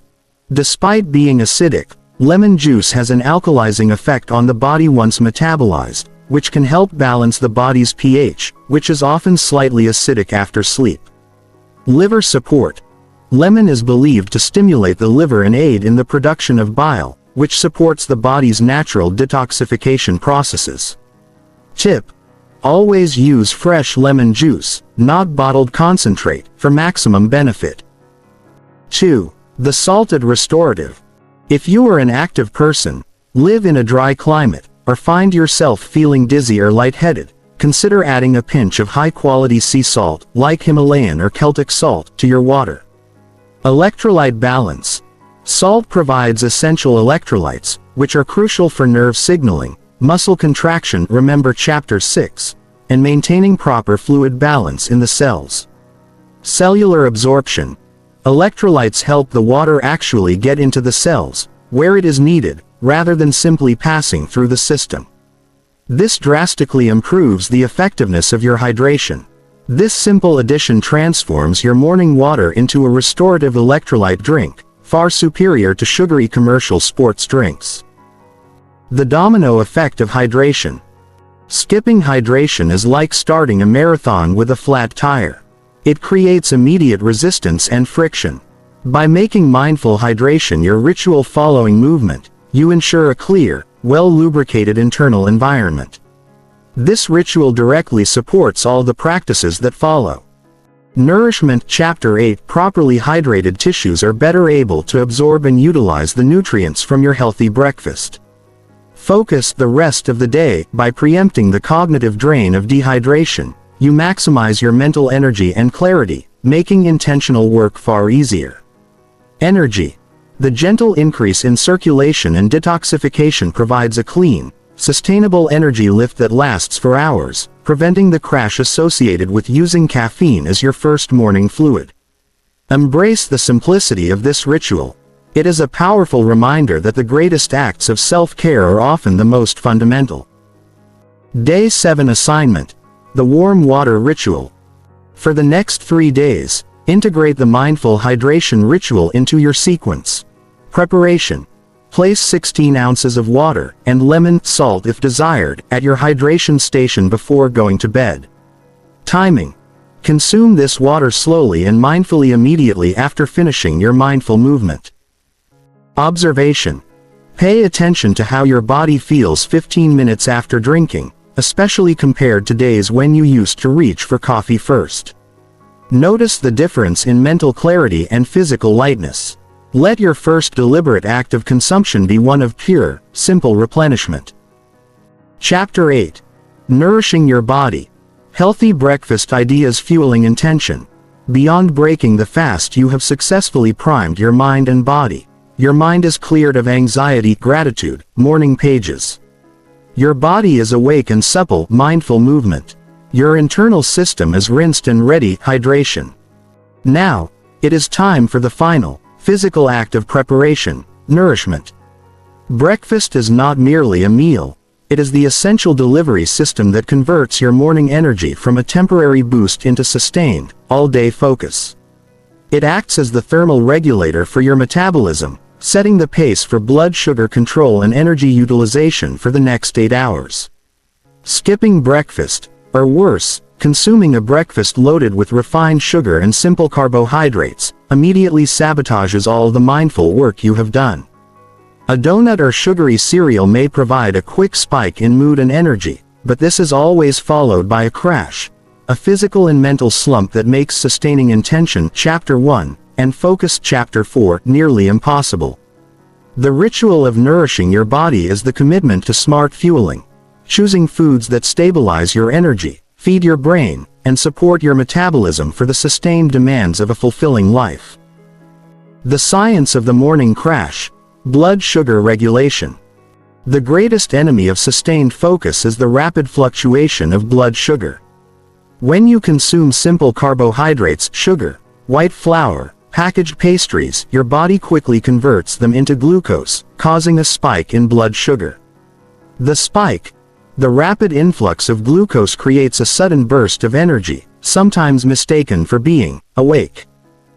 The insulin dump. The pancreas, alarmed by the sugar spike, releases a large amount of insulin to move the glucose out of the blood and into the cells. The crash. Too much insulin can clear the glucose too quickly, resulting in a hypoglycemic dip. This sudden drop causes the classic morning crash: irritability, inability to focus, grogginess, and a craving for more sugar to restart the cycle. A mindful breakfast avoids this metabolic roller coaster. It uses specific food components, the Power Trio, to ensure a slow, sustained release of glucose, mimicking the gentle, controlled energy of your mindful morning. The Power Trio. Sustained morning fuel. A healthy, mindful breakfast must combine 3 key macronutrients to deliver sustained energy and support cognitive function. If any one of these is missing, the energy delivery system becomes fragile. 1. Protein. The satiety stabilizer. Protein is the cornerstone of a mindful breakfast. It breaks down into amino acids slowly, keeping you feeling full longer and minimizing the release of glucose. Satiety and cravings. Protein takes longer to digest than carbohydrates, which promotes the release of satiety hormones GLP-1 and PYY. This keeps you satisfied until lunch, preventing mid-morning snacking and the associated energy dips.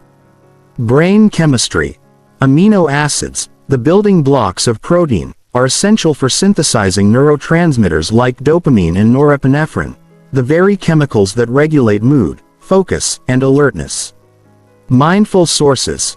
Eggs, Greek yogurt, cottage cheese, protein powder in smoothies, nuts, seeds. 2. Fiber and complex carbohydrates. The slow burn. Complex carbohydrates, those rich in fiber, are crucial for energy, but they must be paired with protein and fat.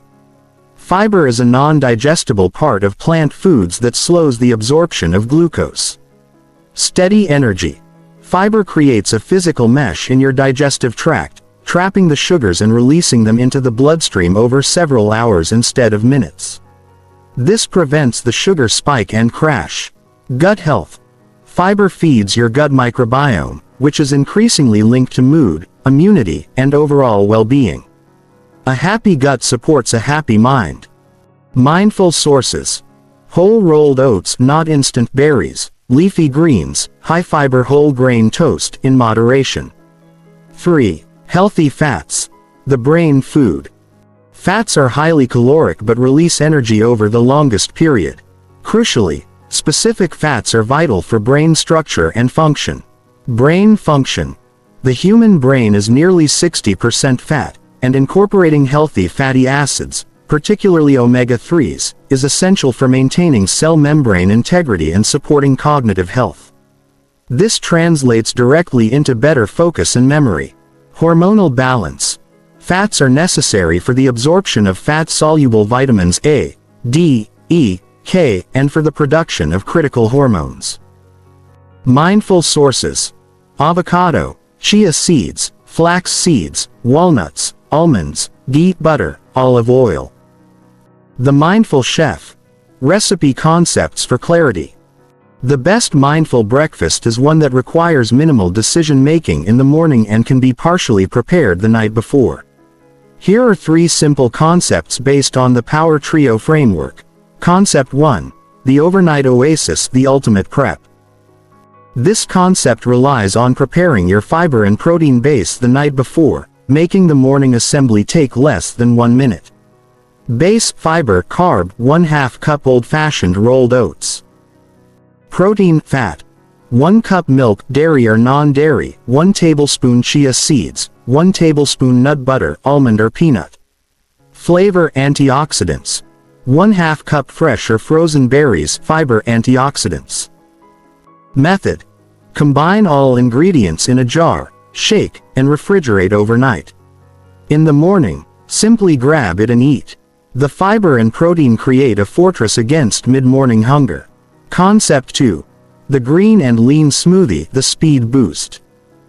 Perfect for days when you have less than 5 minutes for consumption but need maximum nutrient density. Smoothies are highly versatile and easily digestible. Fiber greens. 1 cup spinach, you won't taste it, 1/2 banana, 1/4 cup frozen cauliflower, adds texture and hidden veggies. Protein fat. 1 scoop of protein powder, vanilla or unflavored, 1 tablespoon flax seeds, 1/4 avocado, for creaminess and healthy fat. Liquid. 1 cup water or unsweetened almond milk. Method. Blend and consume immediately. Focus on using leafy greens and limiting high-sugar fruits to maintain a low glycemic load. Concept 3. The savory focus, the warm option. For those who prefer a warm meal, eggs offer a gold standard of protein and healthy fat. Protein, fat. 2 free-range eggs, prepared scrambled or fried in ghee or avocado oil. Fiber, carb. A small slice of high-fiber, whole grain bread, or 1/2 cup cooked sweet potato hash. Greens. A handful of sautéed spinach or a few slices of fresh avocado adds healthy fat and vitamins. Method. Cook the eggs quickly, using the opportunity to practice mindful cooking, focusing on the color, scent, and sound of the food preparation. This extends the meditative state of your morning ritual into the kitchen. The ritual of mindful preparation. The mindful morning is fragile. It cannot survive the chaos of last-minute food preparation. Just as you exiled your phone and set out your water, Chapter 7, you must prepare your breakfast the night before. Evening assignment for breakfast. Decide. Choose your breakfast concept for the next day. Prep the base. If making overnight oats, assemble them. If making a smoothie, pre-chop the greens and freeze them in a baggie with the fruit and seeds. Clean the space. Ensure your eating area is clean. Waking up to a spotless kitchen removes visual friction and reinforces the feeling of intentionality established by decluttering your space, Chapter 16, later in the book. By removing the friction, you ensure that the choice to nourish your body is easy, deliberate, and supportive of your larger goal, a focused and fulfilling life. Day 8 assignment. The Power Trio commitment. For the next 3 days, ensure your morning meal adheres to the Power Trio rule, consumed immediately after your mindful hydration. Protein minimum. Ensure your breakfast contains at least 15 grams of protein. Fiber first. Prioritize fiber from whole grains or vegetables over simple sugars. Prep check. Complete all necessary food preparation the night before, treating it as an extension of your sleep hygiene. Fuel your body with the same intention and care that you bring to your mind. Chapter 9. Digital Detox. Starting Unplugged, the guardian of the gap, protecting your sovereignty. We have dedicated the first 8 rituals of the mindful morning to creating an invaluable gap, the protected space between sleep and societal demands. This gap is where you connect with your intention, anchor your gratitude, calm your nervous system, and nourish your body. It is the time of self-creation. The moment you introduce your smartphone, tablet, or computer, that gap instantly collapses. The quiet inner voice you have worked so hard to hear is drowned out by the roar of notifications, emails, and global anxiety. The ritual of digital detox. Starting Unplugged is the practice of protecting this gap. It is a boundary you set with the external world, proclaiming that for the first crucial hour of your day, your attention is not a commodity for sale to advertisers, employers, or social media. It belongs entirely to you. The science of digital hijack. Cortisol and dopamine revisited. The simple act of checking your phone immediately upon waking is neurochemically devastating to your mindful state. It reverses the calming effects of your morning rituals and throws you back into a state of reactive stress. 1. The cortisol flood. Instant stress. As discussed in Chapter 1, the digital alarm exile is step 1. But the damage isn't just the alarm, it's the content. Email subject lines, breaking news headlines, and social media conflicts are all interpreted by your brain as potential threats or immediate problems to be solved. This triggers a release of cortisol, the stress hormone. By introducing external stressors before your prefrontal cortex, the part of the brain responsible for rational thought and planning, is fully awake, you force yourself into a fight or flight response. You start your day in crisis management mode, prioritizing external urgency over internal importance. 2. The dopamine trap. Fragmented attention. Social media notifications, likes, and message alerts trigger small, unpredictable bursts of dopamine. This is the reward chemical, but in this context, it functions as an addictive substance. By seeking these quick, variable rewards first thing in the morning, you train your brain to prefer novelty and distraction over deep focus. This sabotages your ability to sit still for meditation, chapter 11, or engage in concentrated work later. Your attention becomes fragmented, always scanning for the next tiny hit of external validation. The goal of the digital detox is to delay this chemical hijacking until your mind is strong enough, clear enough, and fueled enough, chapter 8, to process external information with intention, rather than passively reacting to it. The practice. Defining your digital curfew. A successful digital detox requires a clear, non-negotiable boundary, the digital curfew. Step 1. Establish the curfew time. Your curfew is the set time you allow yourself to look at a screen, excluding the simple act of turning off an analog alarm. This time should be the duration of your morning ritual, generally 60 to 90 minutes from the moment you wake up. If you wake at 6 a.m., your curfew might be 7:30 a.m. Until 7:30 a.m., your phone remains off or in a designated tech sanctuary. This time must be long enough to allow you to complete mental rituals, intention, gratitude, morning pages. Physical rituals. Breathwork, mindful movement, hydration, nourishment. By setting a strict time boundary, you move the decision out of the moment. You are not deciding whether to check your phone, you are simply waiting for the appointed time. Step 2. The Tech Sanctuary, the 15-foot rule. As established in Chapter 2, your phone should not be in your bedroom. The 15-foot rule suggests keeping your primary digital device far enough away that getting it requires a genuine commitment of physical action. Dedicated charging spot. Designate one spot in your home, preferably the kitchen counter, a hallway table, or a charging drawer, as the tech sanctuary. This spot is the only place the device charges overnight and remains untouched during the curfew. Notifications off. Before placing the phone in the sanctuary, set it to Do Not Disturb, DND, or, ideally, airplane mode. Crucially, turn off the visible notification bubbles on your home screen. The bright red number counters are visual triggers that create mental urgency even when the screen is off. Step 3. Analog alternatives for function. The common excuse for digital reliance is functionality. My phone is my alarm, my clock, my calendar, and my music player. A successful detox replaces these functions with dedicated, analog alternatives. Digital function. Analog solution, mindful alternative, alarm clock. Simple, non-ticking analog clock, Chapter 2. Journaling.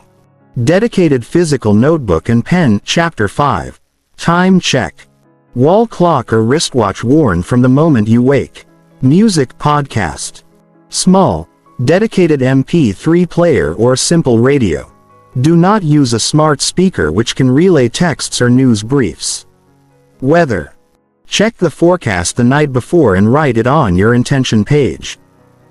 The benefits of the detox. Attention is the new currency. The digital detox is not a sacrifice, it is an investment in your most valuable resource, your attention. By going unplugged, you gain sustained focus. Your brain is trained by deep, sequential tasks, writing, stretching, eating, rather than constant interruption, preparing you for high-quality, focused work later in the day. Emotional self-reliance.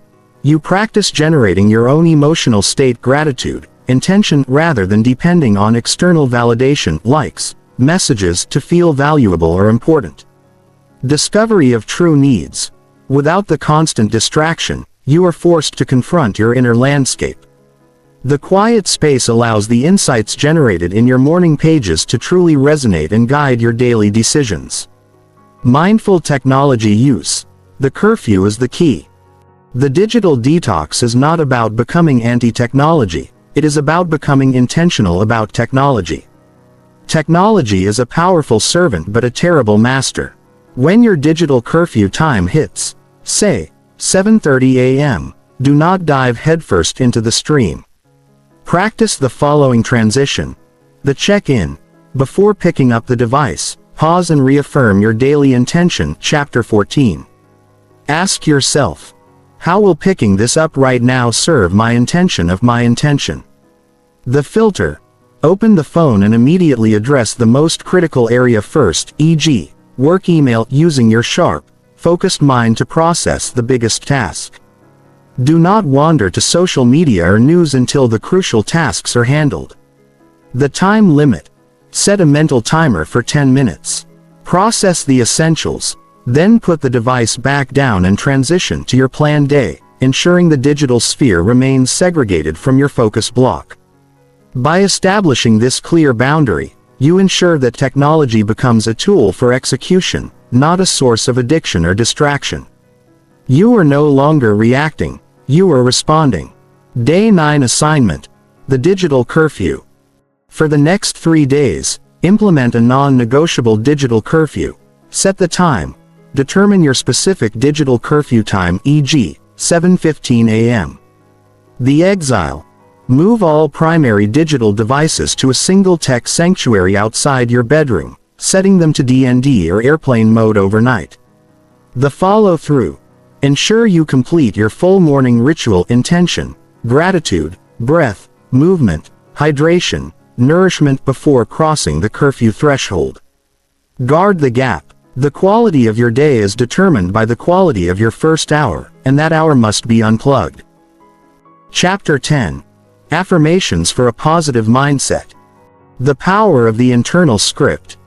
If morning pages, Chapter 5, is the process of draining the mental swamp, then affirmations is the ritual of intentionally seeding the newly cleared ground.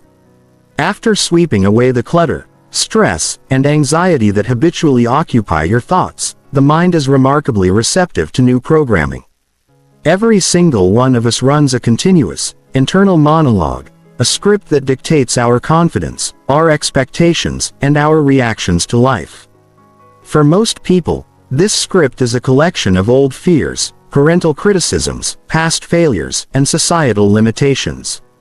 It is the voice of the internal critic or the inner censor, a protective but often debilitating narrative that holds us back. The ritual of affirmations is the conscious, deliberate practice of replacing these outdated, negative scripts with empowering, truthful statements that align with your highest intentions. Chapter 1. This is not wishful thinking. It is a neurological technique to rewrite your default programming, shaping your subconscious beliefs to support a fulfilling life. The neuroscience of belief. The reticular activating system, ROS. Affirmations work by leveraging a key part of your brain called the reticular activating system, ROS. The ROS is a network of neurons located in the brainstem. Its primary function is to act as a filter. Every second, your senses are bombarded with billions of pieces of information, yet the ROS filters out the irrelevant noise, like the feel of your shirt or the hum of the refrigerator, and only lets through what it deems important or relevant. The filter effect. When you constantly repeat a negative internal script, "I am unlucky, I am not capable of success," the ROS confirms this belief by prioritizing information that validates it.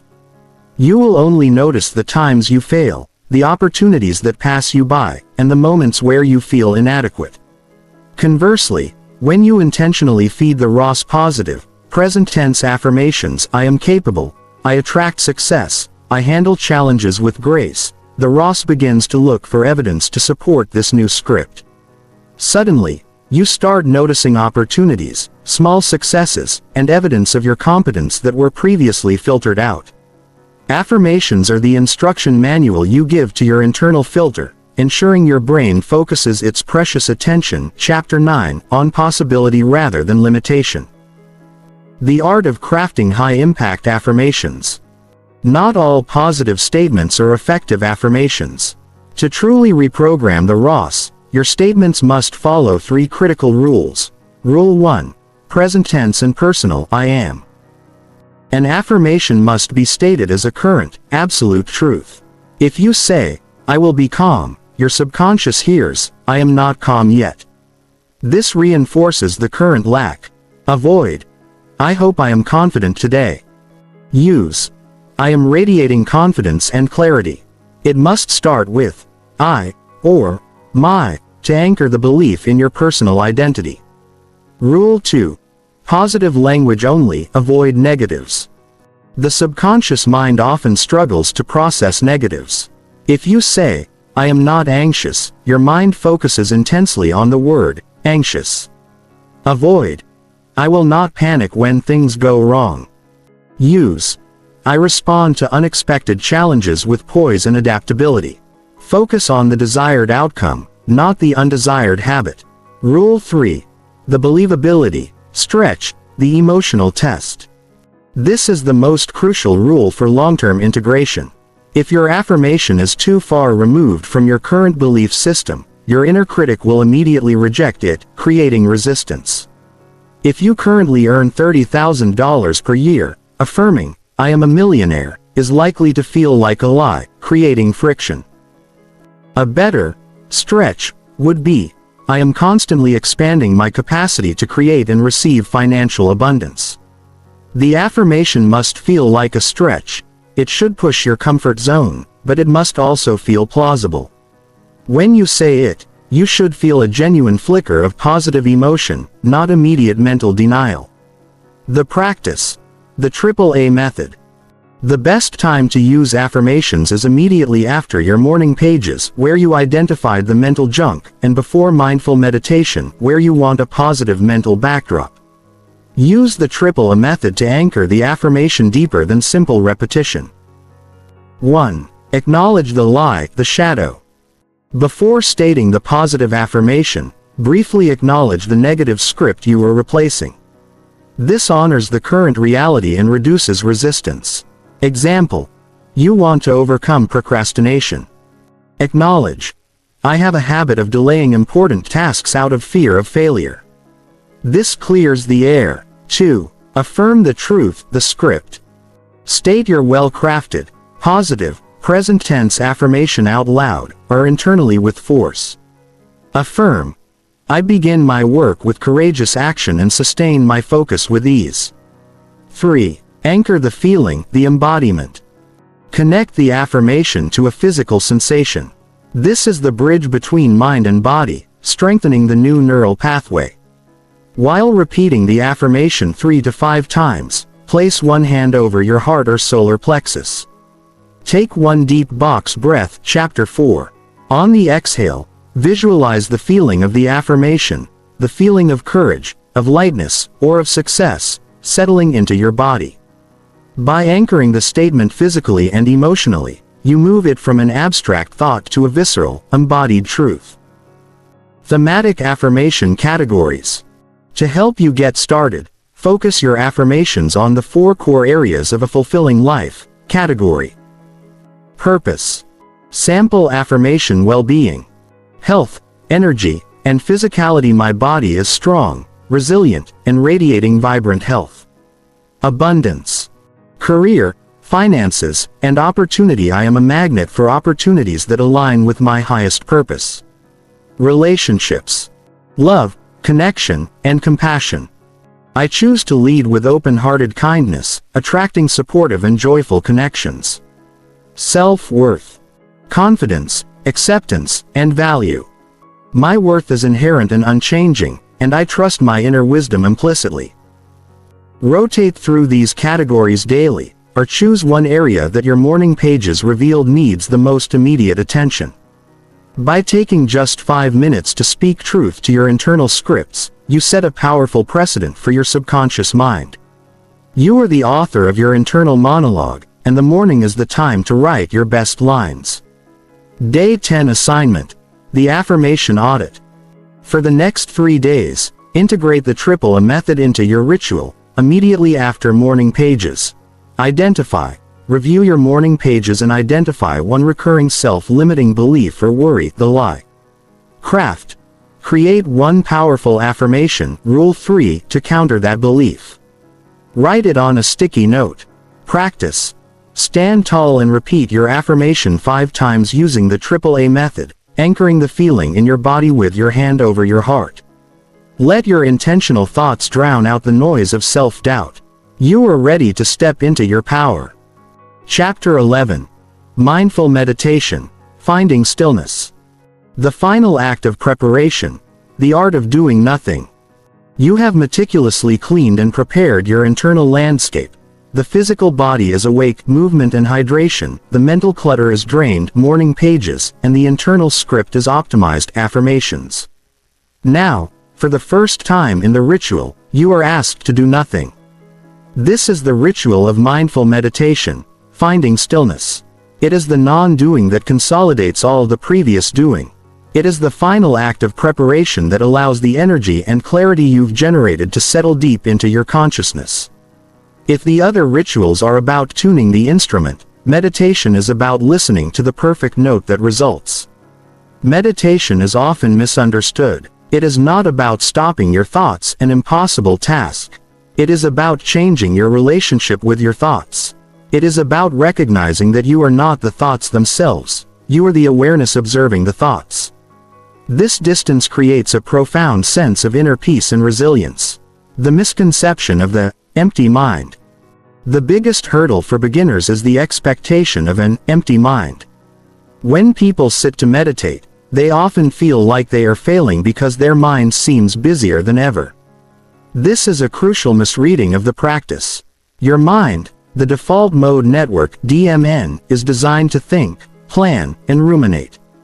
The moment you sit quietly, your DMN, which is responsible for the internal monologue and self-referential thinking, realizes you are no longer externally engaged and tries to flood you with information, past worries, future plans, judgment of the practice itself. The goal is not to stop thinking, the goal is to stay.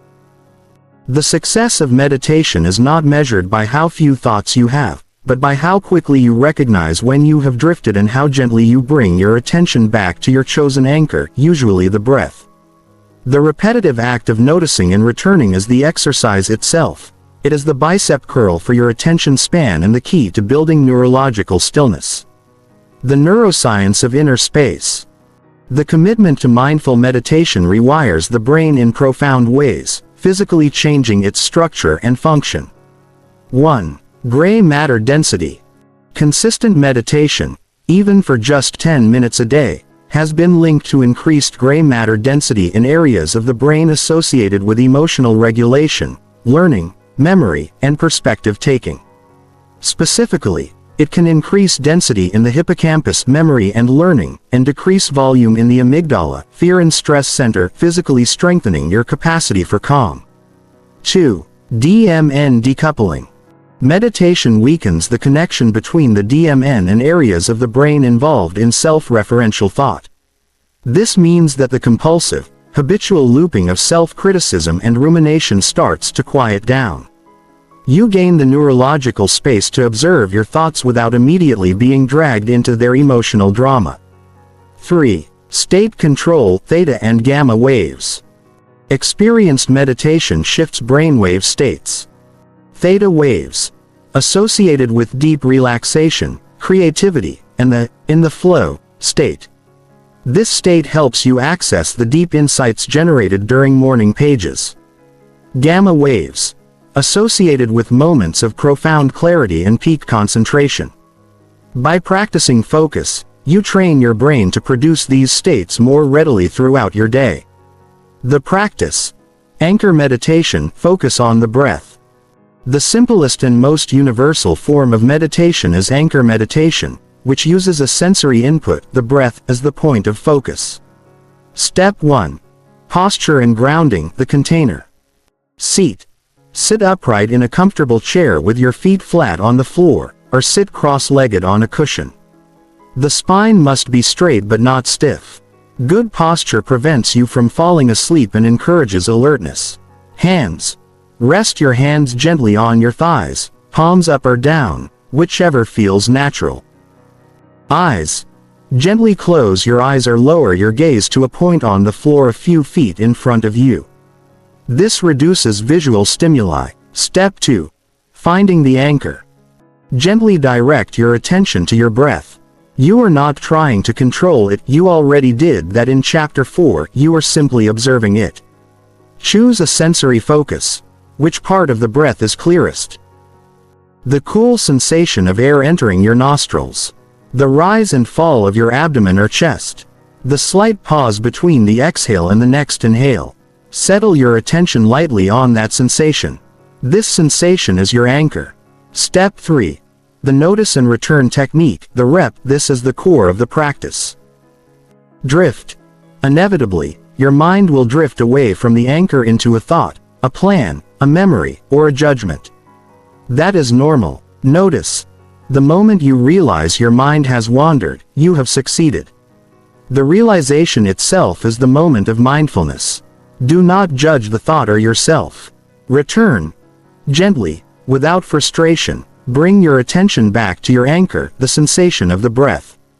You might silently say the word, thinking, or wandered, before returning, to acknowledge the drift without engaging with it. Repeat the notice and return cycle for the duration of your meditation. Every time you return is a successful repetition, strengthening your focus muscle. Integration. The 10-minute non-negotiable. Mindful meditation is placed strategically late in your ritual after physical and mental cleansing, because you are now maximizing its effectiveness. Body is calm. No physical stiffness or fatigue is distracting you. Movement, hydration. Mind is cleared. No immediate anxieties are screaming for attention. Morning pages, affirmations. Brain is fueled. You are not hungry or distracted by blood sugar crashes. Nourishment.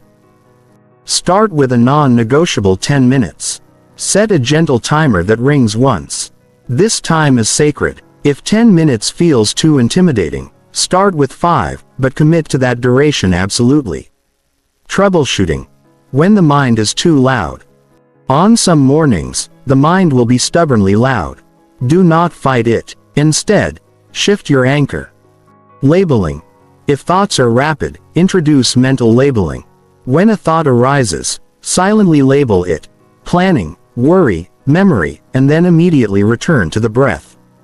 This creates necessary distance. Open awareness.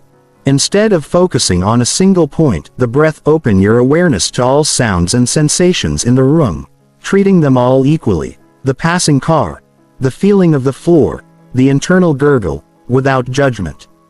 This broadens your focus and makes the internal chatter feel less insistent. The greatest lesson of meditation is patience and self-compassion. The purpose is not to reach perfection, but to show up, be present, and practice the fundamental kindness of repeatedly bringing your attention home. Day 11 assignment. The 10-minute stillness. For the next 7 days, commit to 10 minutes of mindful meditation. Timing. Sit immediately after your affirmation practice. Anchor. Choose one aspect of the breath, nostrils, belly rise, and make it your sole focus. The return. Every time your mind wanders, gently notice the drift and return to the anchor, viewing each return as a small win for your attention span. Let the stillness you find here permeate the remaining hours of your day. Chapter 12. Nature Connection. Morning walks from inner stillness to external awareness. You have now completed the most intensive internal work of the morning. Your mind is quiet, your body is supple, and your spirit is centered.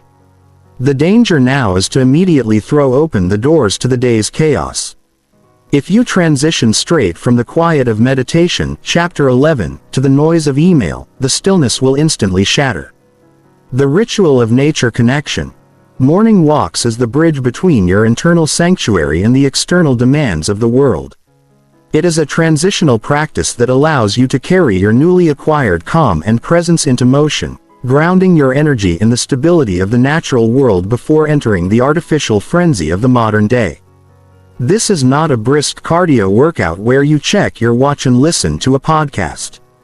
This is a practice of soft fascination, a slow, deliberate walk where your entire attention is devoted to sensory engagement with the non-human world around you.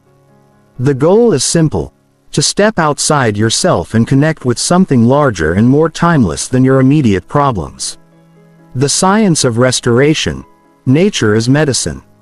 The restorative power of nature is a concept humanity has known instinctively for millennia, and modern science is rapidly validating this intuitive wisdom. 1. Forest bathing, Shinrin-yoku.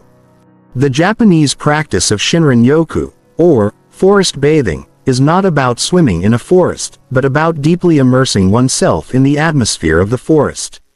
Studies have shown remarkable physiological effects after just short walks in nature. Lowered cortisol. Time spent among trees is consistently linked to decreased levels of the stress hormone cortisol, reinforcing the calming effects of your breathwork. Chapter 4. Reduced heart rate and blood pressure. The calm atmosphere naturally downshifts your cardiovascular system. Immune boost. Trees emit aromatic compounds called phytoncides. Inhaling these compounds is believed to increase the activity and number of natural killer NK cells in the human body, which are critical for fighting infections. 2. The power of morning light and the circadian rhythm. Exposing your eyes, not just your skin, to natural sunlight early in the morning is perhaps the most important action you can take to regulate your sleep-wake cycle. The bright light signals to your brain that it is daytime, which stops melatonin production. This ensures you are fully alert and ready for the day, maximizing the benefits of your early rising. Chapter 2.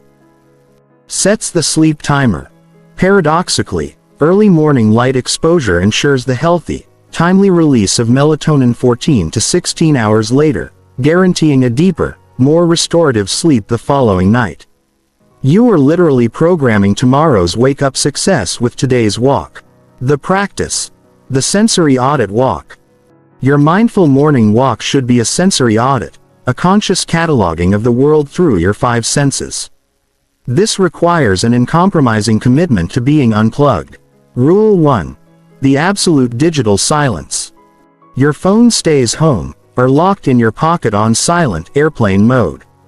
No exceptions. Using your phone for music, podcasts, or tracking steps immediately destroys the quality of attention required for this ritual. The goal is to listen to the world, not to a curated soundtrack. Rule 2. The non-goal orientation.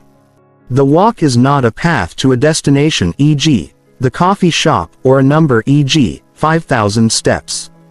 It is purely a practice of being. Walk slowly, meandering if necessary. The slower your pace, the more likely you are to notice the small details that signal true presence. The 5-sense audit protocol. As you walk, systematically guide your attention through the 5 senses, dwelling on each for 1 full minute before moving to the next. Sight. Look not just at the road ahead, but at the edges of your vision. Notice the minute details. The texture of bark on a tree, the geometry of a cloud, the dew on a spiderweb, the way the light reflects off a window. Look for what you usually overlook. Sound. Close your eyes briefly if it is safe, and listen. Filter out the dominant sounds, traffic, and search for the subtle ones. A bird call, the rustle of leaves, the distant hum of machinery, the sound of your own footsteps. Listen for the silence between the sounds. Smell. Be curious about the air. Is there the scent of wet soil, pine needles, brewing coffee from a distance, or fresh-cut grass? Stop and deeply inhale, absorbing the environment. Smell the unique profile of the morning. Touch. Feel the air on your skin. Is it cool, damp, or crisp? Touch a natural object. A rough wall, the smoothness of a stone, the softness of a leaf. Notice the sensation of your feet connecting with the ground. Connect physically with your reality. Taste optional, internal. This is the internal taste check. Notice any lingering flavors from your mindful hydration, Chapter 7, or breakfast, Chapter 8. Pay attention to the internal feeling of freshness or clean air entering your lungs. Taste the air. By cycling through these senses, you pull your attention away from abstract thought and anchor it deeply in the verifiable reality of the present moment. Adaptation. Nature in the urban jungle.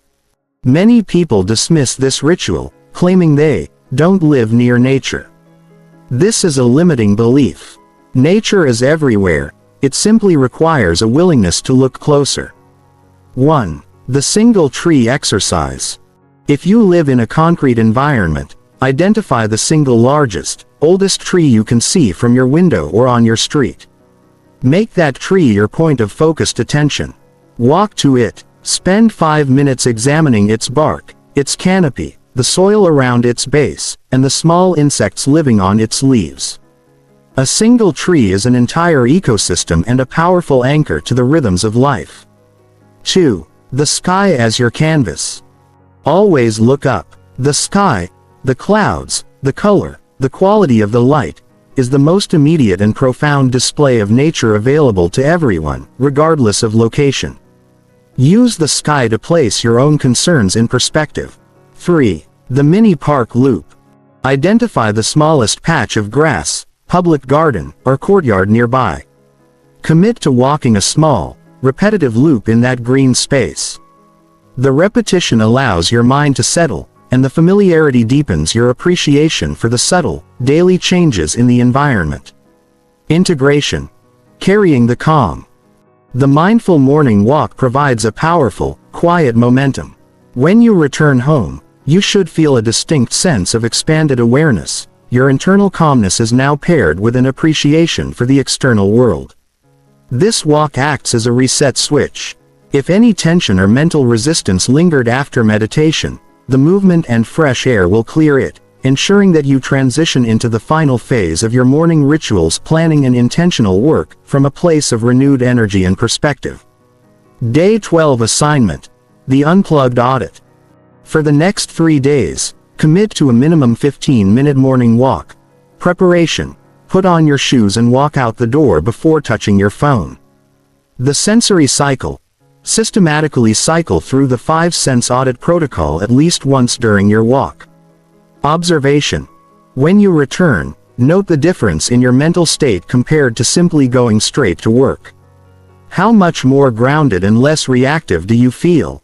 Let the earth connect you to the rhythm of peace and presence. Chapter 13. Journaling for Clarity and Growth. The synthesis, from awareness to insight. You have completed the full cycle of morning rituals designed to cleanse, awaken, and align. You've drained the mental swamp with morning pages, but now that the water is clean, it's time to look at the bottom of the lake. The ritual of journaling for clarity and growth is the practice of structured reflection. It is distinct from Morning Pages, Chapter 5, which is a non-judgmental output practice designed to simply vent and offload mental clutter. This journaling practice is a focused input and analysis practice, where you use targeted questions to harvest the insights, patterns, and subtle truths that surfaced during the quiet phases of your ritual, meditation, and nature walk. This is the moment where you synthesize the inner work with the outer reality, transforming awareness into true understanding and setting the stage for intentional action. Chapter 14. The neuroscience of structured reflection. When you pause to answer targeted questions, you engage higher-order cognitive functions that are usually suppressed by the brain's default, reactive mode. Activating the prefrontal cortex, PFC. Structured journaling forces you to use your prefrontal cortex, PFC, the brain's executive functioning center responsible for pattern recognition. It helps you spot recurring themes in your behavior or emotional responses. Long-term planning. It connects current actions to future consequences. Metacognition. It is the ability to think about your own thinking, crucial for learning and growth. By asking, why, and what next, you are forcing the PFC to move beyond simply observing the moment and into actively analyzing your experiences. This dedicated reflection prevents you from repeating the same mistakes and ensures that every experience, positive or negative, contributes directly to your growth. It turns raw experience into wisdom. The practice. The Triple C Clarity Framework. The journaling for clarity and growth ritual should take approximately 10 minutes and should focus on answering 3 specific, high-leverage questions daily. We call this the Triple C Clarity Framework: connection, challenge, and consequence. Question 1. Connection, the review. The focus. How well did I embody my intention today, and where did I feel the most present? This question serves as a gentle review of your morning's commitment. It forces you to check your internal compass against your actions. You are looking for moments when you were truly in the flow, and moments when you slipped back into autopilot. Sample prompts.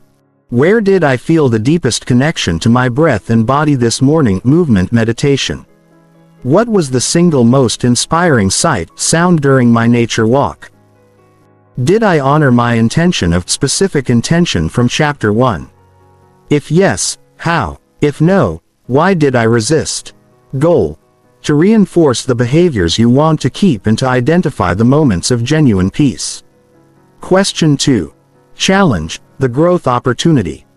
The focus: what is the single biggest resistance I am currently facing, and what is the smallest next step I can take to address it?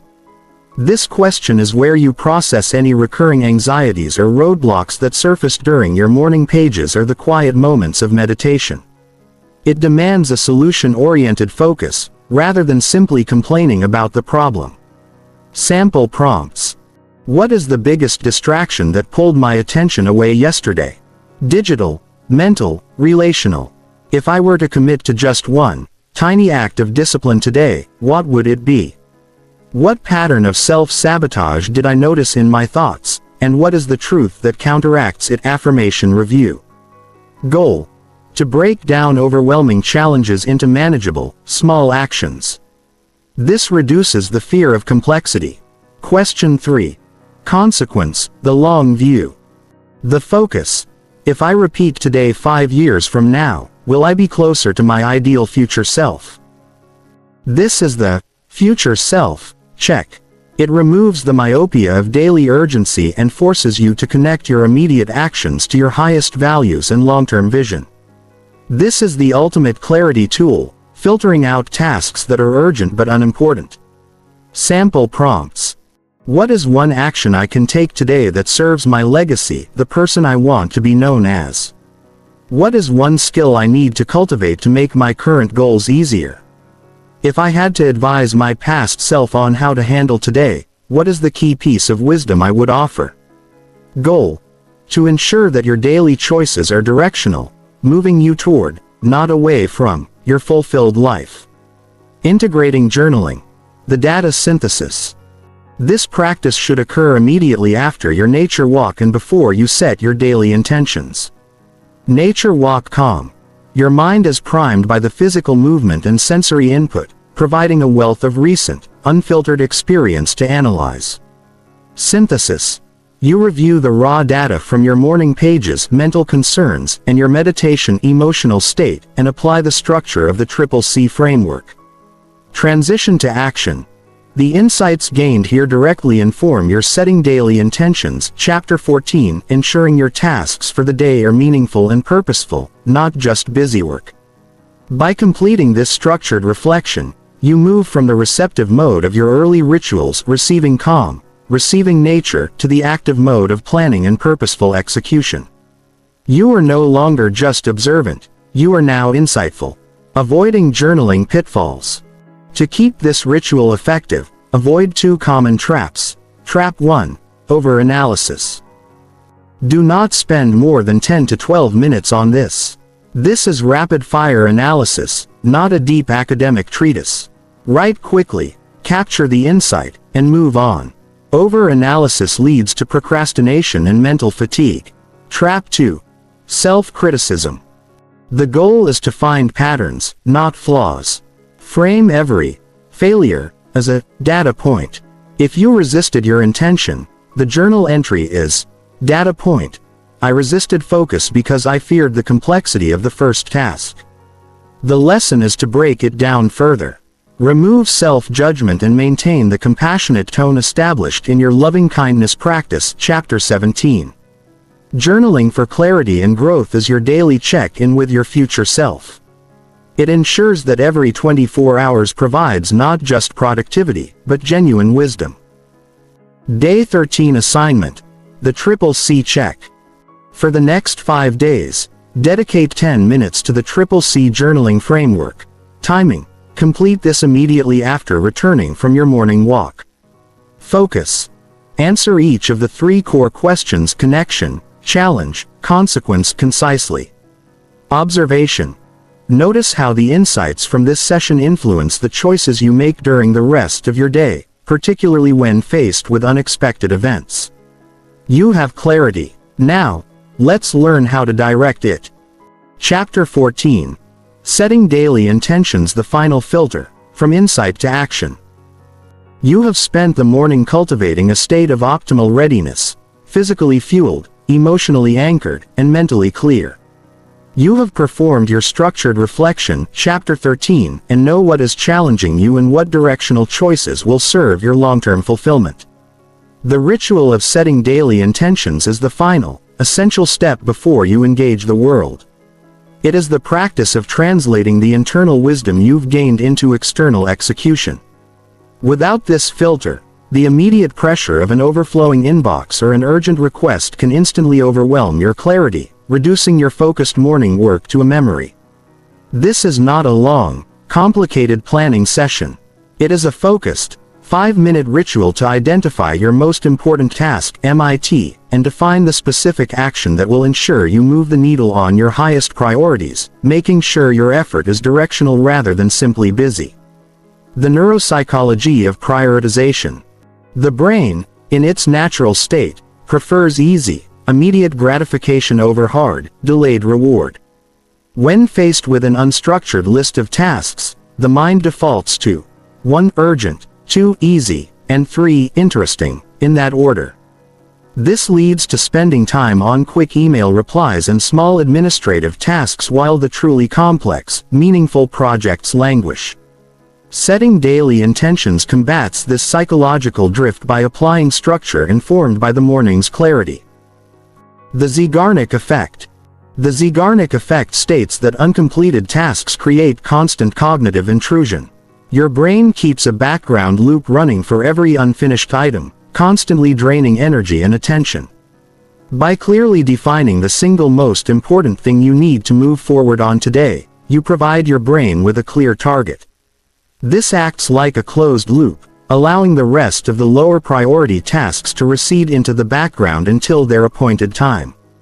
A clear intention reduces cognitive load and maximizes focus. The power of one thing. Focusing your limited morning energy on 1 or 2 MIT's most important tasks leverages the principle of diminishing returns. Spending 20% of your day on the single most important item often yields 80% of your total daily value. Your morning intention is designed to capture that 20% high-leverage activity before the noise of the day begins. The practice. The Triple P Action Plan. Immediately following your Journaling for Clarity and Growth, Chapter 13, dedicate 5 to 10 minutes to creating your daily action map using the Triple P Action Plan. Prioritize, Path Find, and Power Align. 1. Prioritize. The MIT selection, 1 to 3 tasks.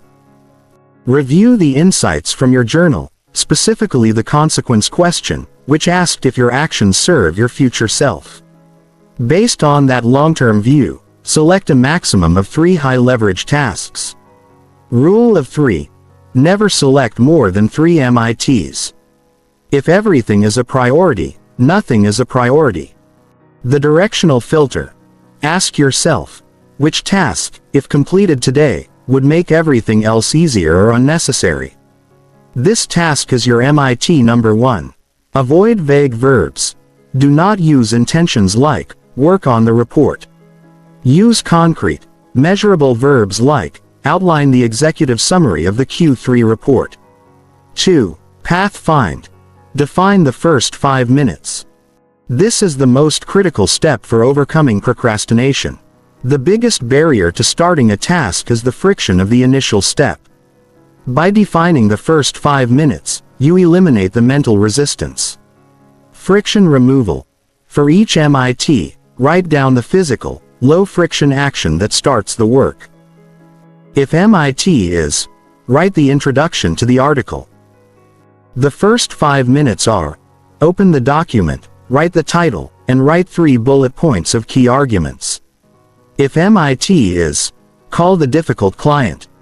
The first 5 minutes are, find the client file, write down the 3 key discussion points, and dial the number.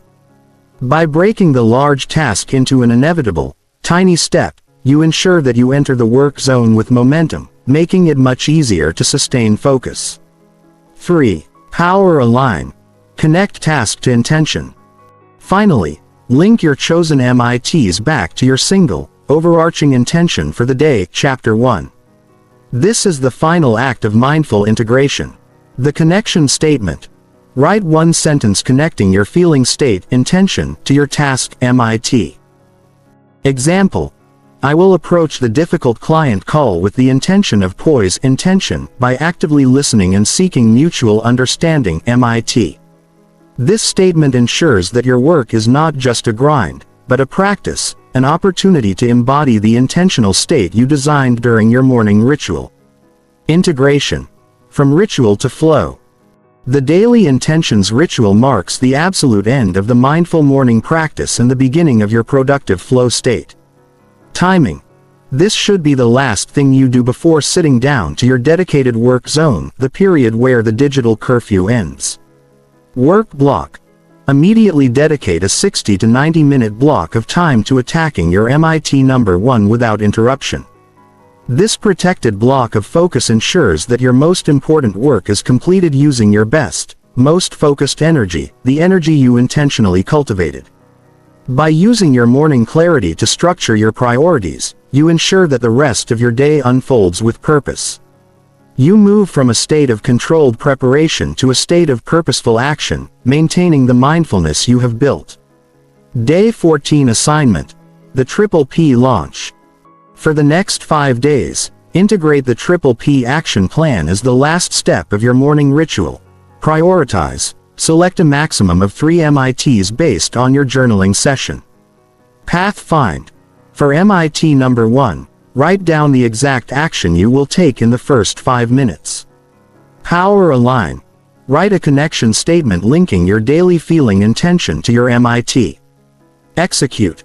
Immediately begin your workday by focusing solely on MIT number 1 until it is complete or your dedicated time block ends. Now, you have the map. The journey begins with that very first step. Chapter 15. The Art of Mindful Listening, Carrying the Stillness into Connection.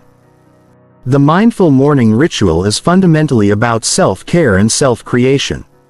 However, the true test of your morning clarity is not how well you meditate alone, but how effectively you interact with the world after your ritual concludes. The moment you step into your first conversation, whether with a partner, child, coworker, or customer, your hard-won peace is immediately challenged. The ritual of the art of mindful listening is the practice of extending your internal stillness and presence, Chapter 11, outward, making it the foundation of your relationships. It transforms passive hearing into an active, compassionate act of connection.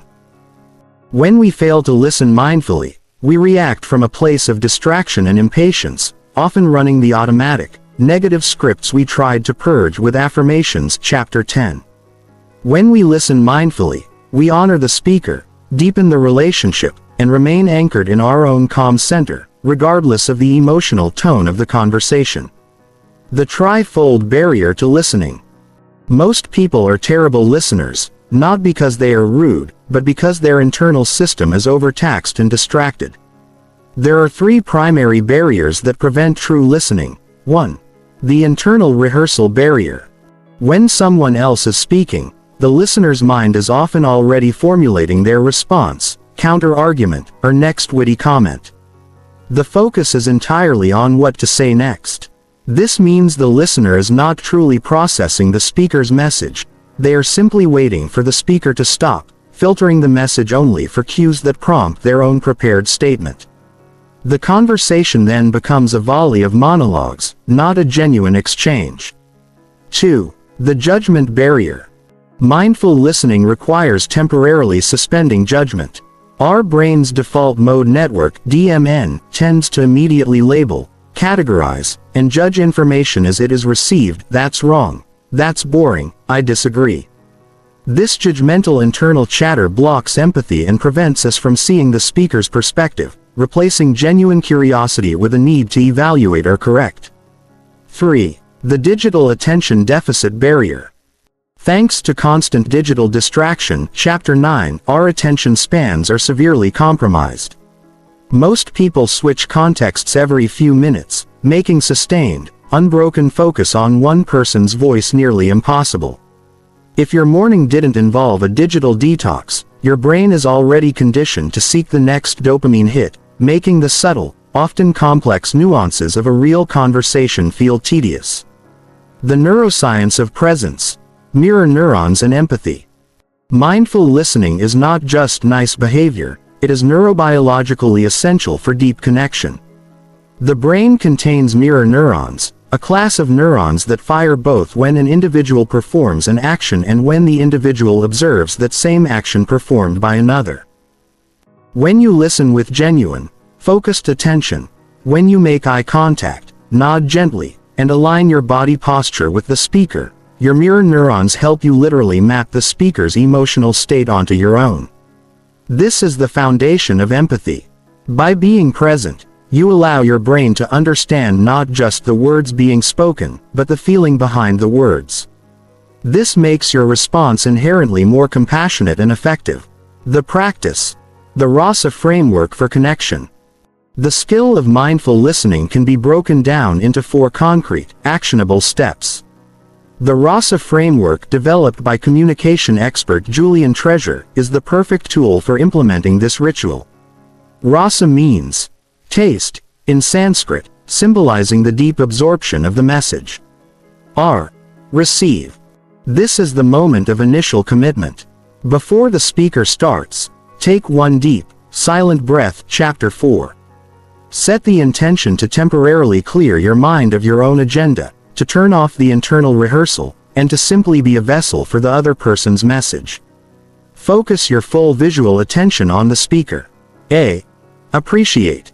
Show non-verbal appreciation for the speaker's effort and vulnerability. This involves simple, non-distracting cues. Maintain soft eye contact. Offer genuine, gentle nods. Use small verbal acknowledgments, or, I see. These cues signal to the speaker, and to your own mirror neurons, that you are engaged and that their message is valuable. S. Summarize. When the speaker pauses, briefly and concisely summarize what you heard, without interpreting, analyzing, or arguing. This serves 2 vital purposes. Confirmation. It allows the speaker to correct you if you misunderstood their point. Yes, that's right, but I meant X, not Y. Validation.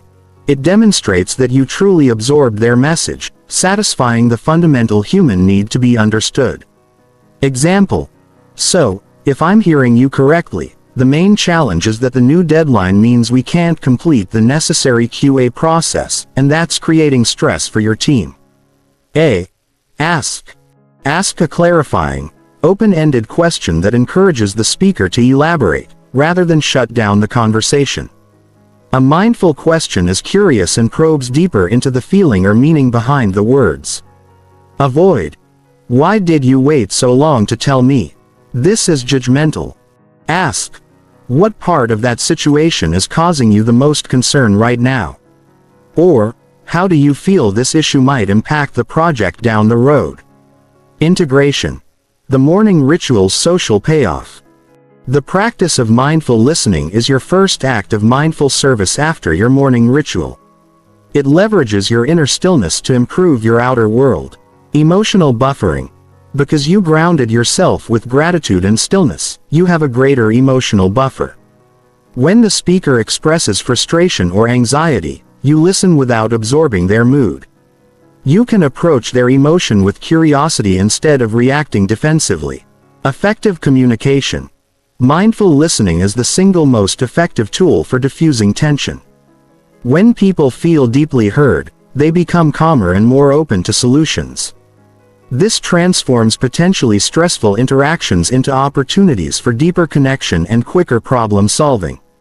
This is the moment where your personal practice ceases to be self-centered and becomes a powerful force for improving your relationships and your environment. Day 15 Assignment. The RASA Challenge. For the next 3 days, identify one key conversation. It can be with a partner, colleague, or friend, and commit to practicing the RASA framework. Receive. Take a breath, clear your internal thoughts, and set the intention to fully listen. Appreciate. Use gentle non-verbal cues to show engagement. Summarize. Use a summarizing statement to confirm your understanding. Ask. Ask one open-ended question to deepen the conversation. Observe the immediate change in the quality of the interaction and the sense of connection you feel. The quiet attention you give is the greatest gift you can offer. Chapter 16. Decluttering your space, decluttering your mind. The mirror of the mind. Environment is reflection. You have dedicated the first 15 chapters to clearing internal chaos, draining emotional sludge, silencing the internal critic, and focusing your intention. But the mind does not exist in a vacuum. It is constantly processing and reacting to its surroundings. If you step away from your clear, calm ritual and into a visually chaotic environment, a cluttered desk, a messy kitchen, or a disorganized living room, the stillness you cultivated immediately fragments. Visual clutter is cognitive friction. The ritual of decluttering your space, decluttering your mind is the practice of environmental maintenance. It is the conscious, daily act of bringing external order to support internal peace. This is not a weekend-long deep clean, it is a rapid, non-negotiable, 5-minute task that reinforces the principle that your physical surroundings are an extension of your mindfulness. The cognitive cost of clutter. The relationship between external disorder and internal stress is quantifiable. Clutter does not just look bad, it actively drains your mental energy. 1. Decision fatigue in the prefrontal cortex.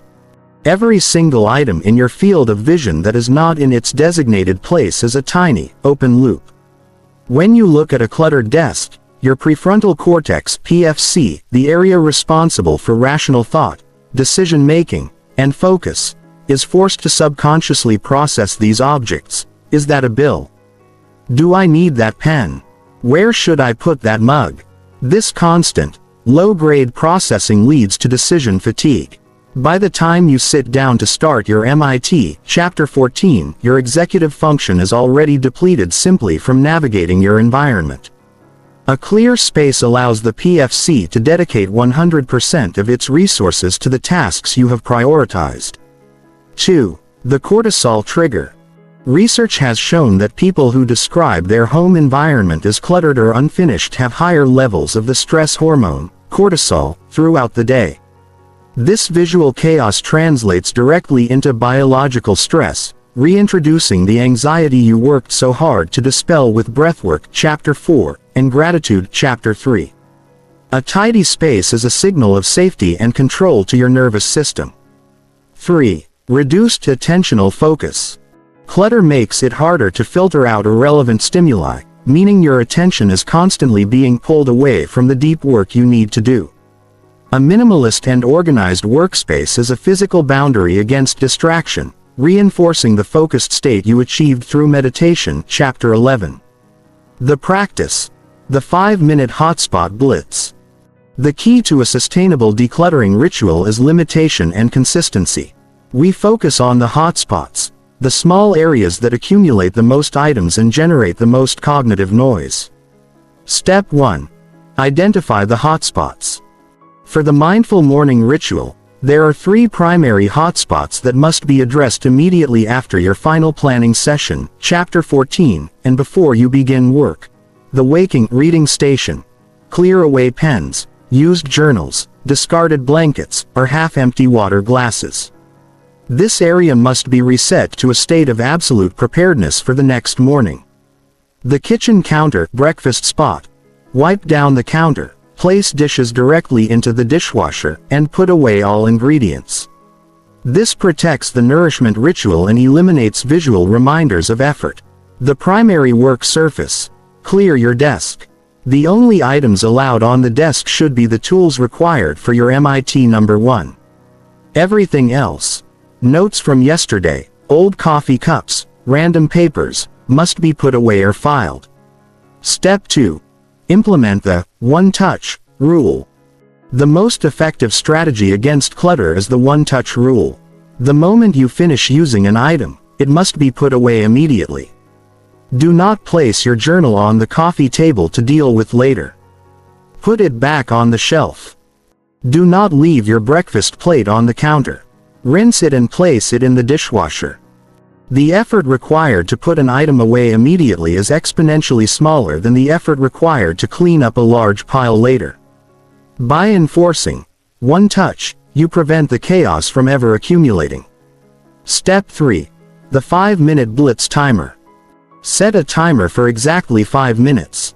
During this blitz, your sole focus is rapid, decisive action in your 3 hotspots. Move fast. Do not organize, simply move items to their designated home. If something takes longer than 30 seconds to file or organize, put it in a temporary, to file, organize later, basket, but keep the immediate surface clear. Wipe down. Use the last minute to quickly wipe down the main surface of your kitchen counter and desk. The tactile sensation of a clean, smooth surface provides a final, calming sensory feedback loop. The long-term benefit: reducing resistance. By making environmental order a daily ritual, you reduce the psychological resistance to starting every subsequent task. When you walk into a clean kitchen, you are more likely to cook healthy meals later. When you sit down at a clear desk, you are more likely to engage in deep, focused work immediately. A clean space is not just about aesthetics, it is about respecting your future self. You are creating a welcoming, non-demanding environment for the person you will be in the next hour, ensuring that external chaos does not negate your internal clarity. Day 16 Assignment: the Blitz Commitment. For the next 7 days, commit to the 5-minute hotspot blitz. Timing: complete this ritual immediately after setting your daily intentions, Chapter 14, and before starting your first work block. Identify. Clearly define your 3 primary hotspots. Action: set a 5-minute timer and relentlessly apply the one-touch rule to those areas. Focus on clearing the horizontal surfaces entirely. Let your external world reflect the order and peace you have achieved within. Chapter 17. Cultivating Compassion. Loving kindness practice extending the anchor, from self-love to world love. We have traveled deep into the inner landscape. You have anchored your energy in gratitude, Chapter 3, cultivated inner calm through stillness, Chapter 11, and established external order, Chapter 16. The final, and arguably most advanced, emotional sealant for your mindful morning is the practice of loving kindness, metta. Self-care and self-love are essential foundations, but they are incomplete if they do not lead to a greater capacity for connection and empathy with others. The stress and suffering in the world often originate from a failure to connect, to ourselves, to those we love, and to those we perceive as other. The ritual of cultivating compassion, loving kindness practice is the intentional, systematic process of generating warm, benevolent wishes for all beings, starting with yourself and gradually expanding outward. This is not just a kind thought, it is a neurological and emotional practice designed to dismantle resentment, reduce judgment, and increase your baseline emotional resilience in the face of conflict and suffering. The neuroscience of emotional generosity. Loving kindness meditation (LKM) has been extensively studied, revealing profound effects on the brain and emotional well-being that directly counteract the stress of modern life. 1. The vagus nerve and emotional regulation. LKM directly strengthens the capacity of the vagus nerve as introduced in Chapter 4. Consistent LKM practice increases what scientists call vagal tone, which is the body's ability to efficiently activate the parasympathetic nervous system (PNS), rest and digest. This means people who practice LKM are more emotionally resilient, they recover from stressful or negative emotional events more quickly. 2. The amygdala's rest. When you consistently generate positive emotions like warmth and compassion, it reduces the size and activity of the amygdala, the brain's alarm center responsible for fear, anger, and threat perception. By softening the amygdala's response, LKM makes you less reactive to perceived slights and challenges throughout the day, ensuring that your intention of poise, Chapter 1, is maintained even under pressure. 3. Boosting positive emotion. LKM is one of the few meditative practices scientifically proven to increase positive emotions such as joy, hope, and awe. While standard mindfulness focuses on acceptance of what is, LKM actively cultivates what you wish to be. This elevates your emotional state beyond neutrality and contributes to the feeling of abundance established in your morning ritual. The practice. The expanding circle of metta. Loving-kindness meditation follows a structured process, using short, repeated phrases to direct benevolent wishes to 5 distinct categories of beings. This practice should take 5 to 10 minutes, following your mindful meditation, Chapter 11, for maximum benefit. Phase 1. Yourself the foundation. You cannot sincerely wish others well if you are depleted or self-critical. Start with self-compassion, affirming your own right to peace and happiness. This directly addresses the inner critic silenced in Chapter 10, Affirmations. The anchor phrase. Repeat these phrases slowly, gently, and sincerely, focusing on the feeling in your heart. May I be filled with loving kindness. May I be well. May I be safe from inner and outer harm. May I be happy and peaceful. Phase 2. Loved ones the connection. Next, extend the same warm wishes to people you genuinely love and care for, family, close friends, or a beloved pet. Visualizing their face as you repeat the phrases helps anchor the feeling. The anchor phrase. Shift the phrasing to the second person. May you be filled with loving kindness. May you be well. May you be safe from inner and outer harm. May you be happy and peaceful. Phase 3. Neutral acquaintances the expansion. This phase is crucial for breaking the habit of emotional exclusivity. Choose someone you interact with regularly but feel no strong connection to. The mail carrier, the barista, a colleague you barely know. This requires effort, as your mind may want to skip it, but the effort of generating warmth for a neutral party expands your capacity for empathy. The anchor phrase. Repeat the phrases, holding that neutral person gently in your mind. Phase 4. Difficult individuals the healing. This is often the most challenging, yet most transformative, phase. Choose a person with whom you have a current or past conflict, who has hurt you, or who simply irritates you. You are not condoning their actions, you are simply wishing for their cessation of suffering. This releases the energetic hold they have on your peace. The anchor phrase.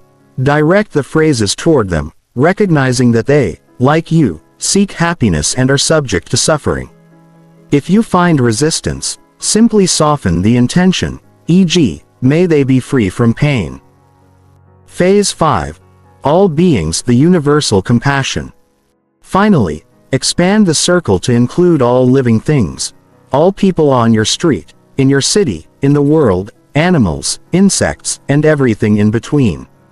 Imagine a wave of warmth radiating outward from your heart to encompass the globe. The anchor phrase. May all beings be filled with loving kindness. May all beings be well. May all beings be safe and free from harm. May all beings be happy and peaceful. Integration. Compassion is a shield. Integrating the loving kindness practice into your morning ritual turns your inner work into outward strength. Relationship filter. When you enter a tense conversation after practicing LKM, you are equipped with an empathy shield. Instead of reacting to perceived aggression, you can automatically activate compassion, seeing the other person through the lens of their own suffering. Mindful listening, Chapter 15. Guilt and self-correction. When you inevitably fall short of your intention, when you react quickly, get angry, or speak harshly, the foundation of self-compassion ensures you can correct your course quickly. The ritual reminds you that failing is part of being human, and you meet that failure with kindness, not criticism. The commitment to LKM ensures that your quest for a fulfilling life is not a selfish one, but one that actively contributes to the well-being of the world around you. Day 17 Assignment. The Compassion Circle. For the next 7 days, dedicate 5 to 10 minutes immediately after your mindful meditation to the loving kindness practice. Preparation. Sit comfortably and close your eyes. The phases. Slowly move through the 5 phases of the expanding circle, dwelling on the feeling of warmth and benevolence for each group. Observation. Notice the difference in your patience and empathy when dealing with minor irritations or difficult people later in the day. Let the abundance you cultivated internally flow freely to others. Chapter 18. Mindful Eating. Breakfast with Awareness. The pause between preparation and consumption. You have successfully completed the hardest parts of the morning ritual, selecting the healthiest fuel, Chapter 8, and making the time to prepare it. Yet, the work is not done until the food is consumed with the same intention. For many, breakfast is a casualty of multitasking. We eat standing over the sink, scrolling through headlines, or driving to work. The well-prepared, nutrient-dense meal becomes mere fuel shoveled in, and the mindful benefits are lost.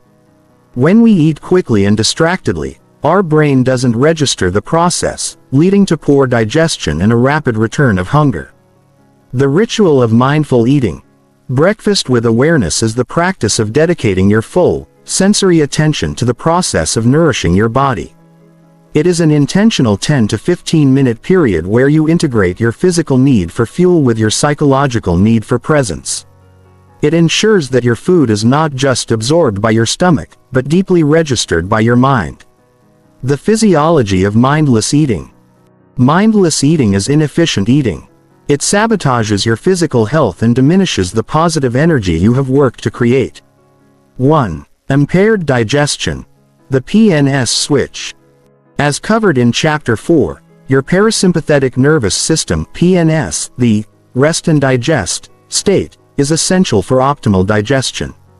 When you eat while stressed, hurried, or distracted, like checking email or arguing, your sympathetic nervous system, SNS, the fight-or-flight system, dominates.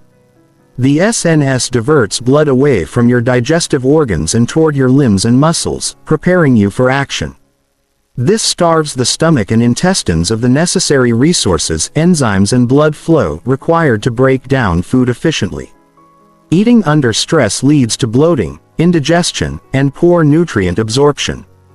Mindful eating ensures the PNS is fully engaged.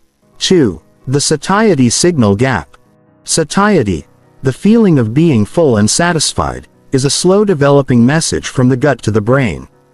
Hormones like leptin are released during eating, but it takes about 15 to 20 minutes for this signal to fully reach the brain's hunger centers. When you rush through a meal in 5 minutes, you finish before the satiety signal has arrived. Your stomach may be full, but your brain hasn't registered the intake, leading to the desire to eat more shortly thereafter. Mindful eating naturally slows the process to match the biological timing of the satiety signal. The practice. The 5-sense meal. To eat mindfully, you must engage your full sensory awareness, turning a mechanical act into a meditative one. This ritual should take place after your decluttering blitz, Chapter 16, and before your planned work block. Step 1. Pre-meal pause. The commitment. Before lifting the fork, pause for 30 seconds. Observe. Look at your meal. Note the colors, textures, and arrangement of the food. Acknowledge the intention and effort that went into the preparation, Chapter 8. Gratitude. Take one deep breath and silently offer a moment of gratitude, Chapter 3, for the nourishment before you. This pause shifts your mind from doing to receiving. Step 2. The sensory journey, the full engagement. For the duration of the meal, follow the sensory path of the food. Smell, anticipation. Before taking a bite, lift the food and inhale deeply. Scent plays a massive role in taste and helps activate digestive enzymes. Note the complexity of the aromas. Sight, presence. Look at the portion you are about to eat. Notice the individual elements on your spoon or fork. Taste, analysis. Place the food in your mouth. Chew slowly, aiming for 20 to 30 chews per bite, if possible. Identify the dominant flavors: sweet, sour, salty, bitter, or umami. Notice how the flavor profile changes as you chew and the food breaks down. Texture, feel. Pay attention to the physical sensation. Is it crunchy, smooth, chewy, soft, or granular. The texture is often the first thing we overlook in rushed eating. Step 3. Conscious breaks, the reset. Between each bite, intentionally put your fork or spoon down on the table. The reset. Take a small sip of water, Chapter 7, and briefly return your focus to your breath, Chapter 4. The satiety check. Ask yourself, how full am I, on a scale of 1 to 10? And, is my body still asking for this food, or am I eating because it's there? This simple act of putting the utensil down prevents the automated, next bite, reflex, forcing a moment of conscious decision-making and allowing the slower satiety signal to register. Integrating mindful eating with the digital curfew. The biggest challenge to mindful eating in the morning is the temptation of digital media, especially after the digital curfew ends. The golden rule: the table where you eat is a no-screen zone. If you must catch up on the news or check emails after your curfew, do it after the meal is fully consumed. Separate the act of consumption from the act of information processing. This reinforces the clean boundaries you set. Your morning is for self-creation, and that includes the process of nourishment. Multitasking during meals creates fractured attention and poor digestion. Single tasking during meals ensures you are fully fed and fully present. Day 18 assignment: the 15-minute awareness meal. For the next 5 days, commit to 15 minutes of fully mindful eating during your breakfast ritual. Environment: eat at a dedicated, clean table, Chapter 16, not standing up or over a sink. No screens. Absolutely no digital devices, books, or papers at the table. The pause. Before you start, take the pre-meal pause. The check-in. Use the put your fork down technique between every bite to check your level of satiety. Enjoy your meal with the full, rich appreciation it deserves. Chapter 19. Mindful technology use. Setting boundaries, the daily challenge, from detox to discipline. You successfully protected your first 60 to 90 minutes with the digital detox, Chapter 9, ensuring your morning was dedicated to self-creation. However, the true test of your mindful life begins the moment your digital curfew ends and you transition into the demands of work and social life. The smartphone is not inherently evil, it is a powerful tool. But when used mindlessly, it becomes the single greatest saboteur of sustained focus, deep presence, Chapter 15, and productivity. If you allow constant notifications and context switching to rule your day, all the clarity you cultivated during your morning ritual will be shattered by 10 a.m. The ritual of mindful technology use. Setting boundaries is the practice of extending your intentional focus into your engagement with digital tools. It is about using technology as a purposeful servant, ensuring it supports your daily intentions, Chapter 14, rather than dictating your actions.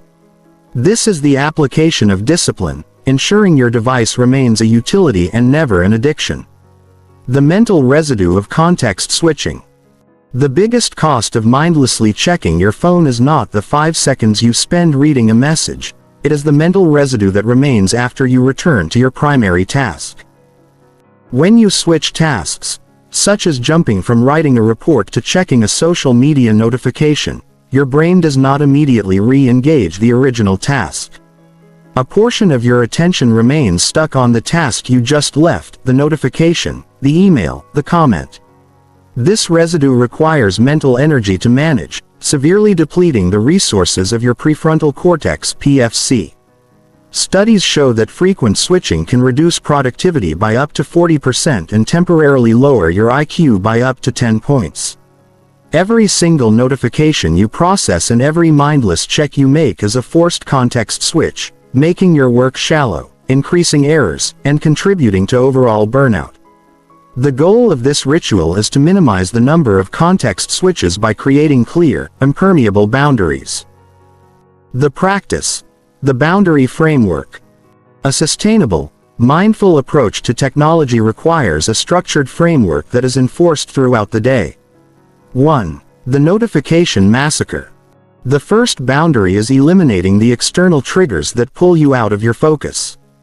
Your devices should only notify you of things that are truly urgent and critical to your safety or immediate responsibilities. The silence default.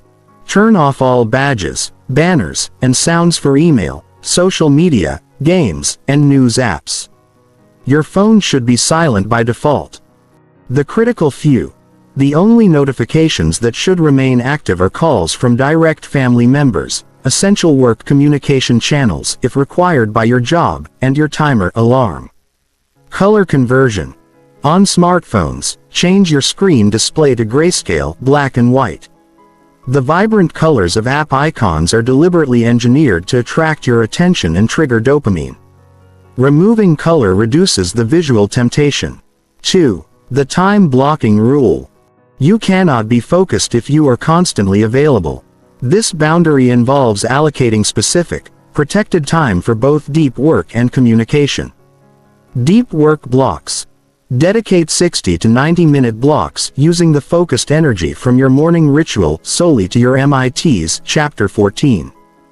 During these blocks, all communication apps are closed, and your phone is set to DND or airplane mode. This protects your attention from the mental residue of switching. Batching communication. Schedule 2 to 3 specific 15-minute windows throughout the day, e.g., 11 a.m., 2:30 p.m., 4:30 p.m., to process emails, reply to messages, and check social media. Outside of these batching windows, the digital devices remain untouched. This maximizes your efficiency and prevents communication from becoming a distraction. 3. The physical boundary rule, the 4-hour exile. This boundary leverages the physical cues of your environment to reinforce your mental decisions. The room rule. Never take your phone into the bathroom or the kitchen where you mindfully eat, Chapter 18. These rooms are notorious for triggering mindless scrolling and distraction. The 4-hour rule.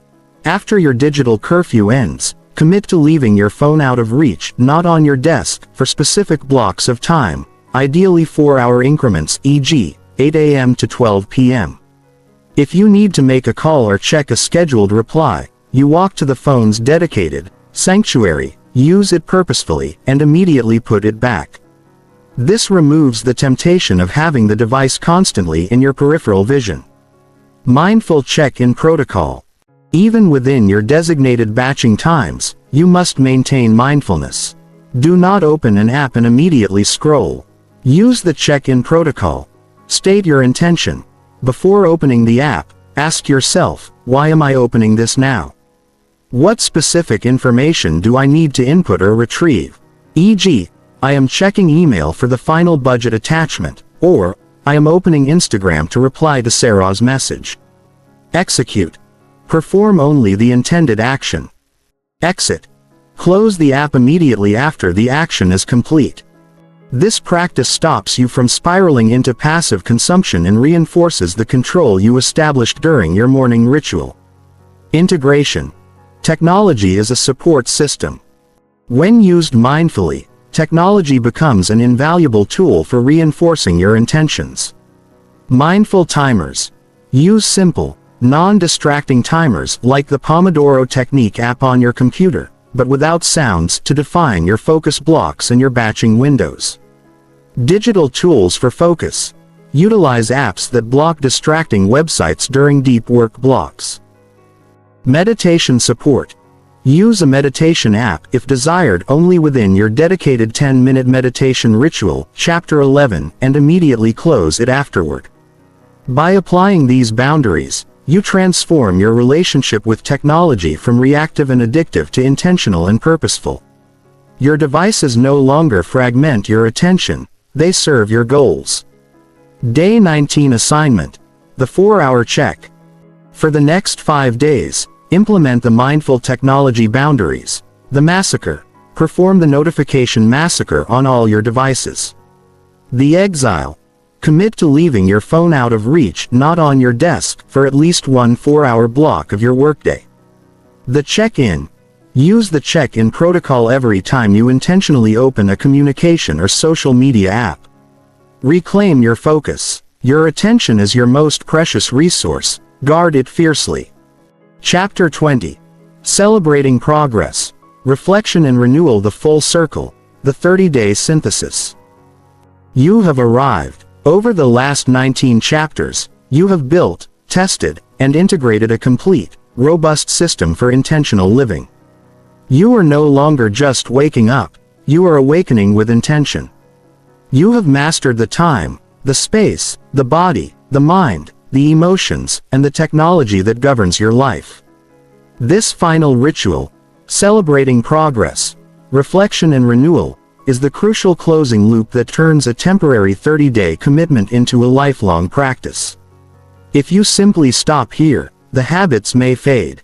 If you commit to periodic reflection and celebration, you cement the neurological pathways for lasting change. Renewal is not about starting over, it's about adjusting the sails. It requires you to pause and consciously acknowledge how far you've traveled, providing the motivation and direction needed for the next phase of growth. The psychology of celebration, reinforcing the loop. Why is celebration a mandatory step in a discipline-focused book? Because the brain requires positive reinforcement for sustained behavior change. 1. The dopamine anchor for habit formation.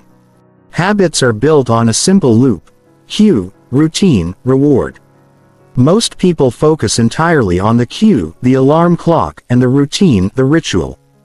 However, without a meaningful reward, the brain lacks the chemical incentive to repeat the routine. By consciously celebrating your progress, even small wins, you trigger a healthy release of dopamine, which strongly links the ritual to pleasure. This chemical anchor moves your mindful morning from an act of willpower to a self-sustaining source of joy. 2. Overcoming adaptation. The human brain is remarkably efficient at adapting. After 30 days, your mindful morning may begin to feel less exciting, less challenging, and more routine. This is good, but it can lead to complacency. Periodic, structured reflection combats this by forcing you to see the ritual through fresh eyes, reminding you of the profound benefits you now take for granted. The practice. The monthly renewal cycle. The celebration and renewal process should occur once every 30 days, serving as a comprehensive audit of your mindful life. This process takes 30 to 45 minutes and is best done on a weekend morning when you have ample, uninterrupted time. Phase 1. The ritual audit. 10 minutes. Review the 20 rituals and assess their current effectiveness. Rating. On a scale of 1 non-existent, highly resistant, to 5 automatic, sustained flow, rate each of the 20 rituals. The resistance check. Identify the 3 rituals that are currently rated the lowest. These are your points of greatest friction and your priority for the next month. The joy check. Identify the 3 rituals that are currently rated the highest. These are your anchors, the ones you lean on when life gets chaotic.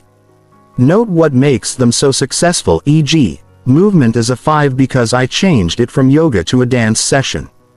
Example question. Why is my digital detox still only a 2?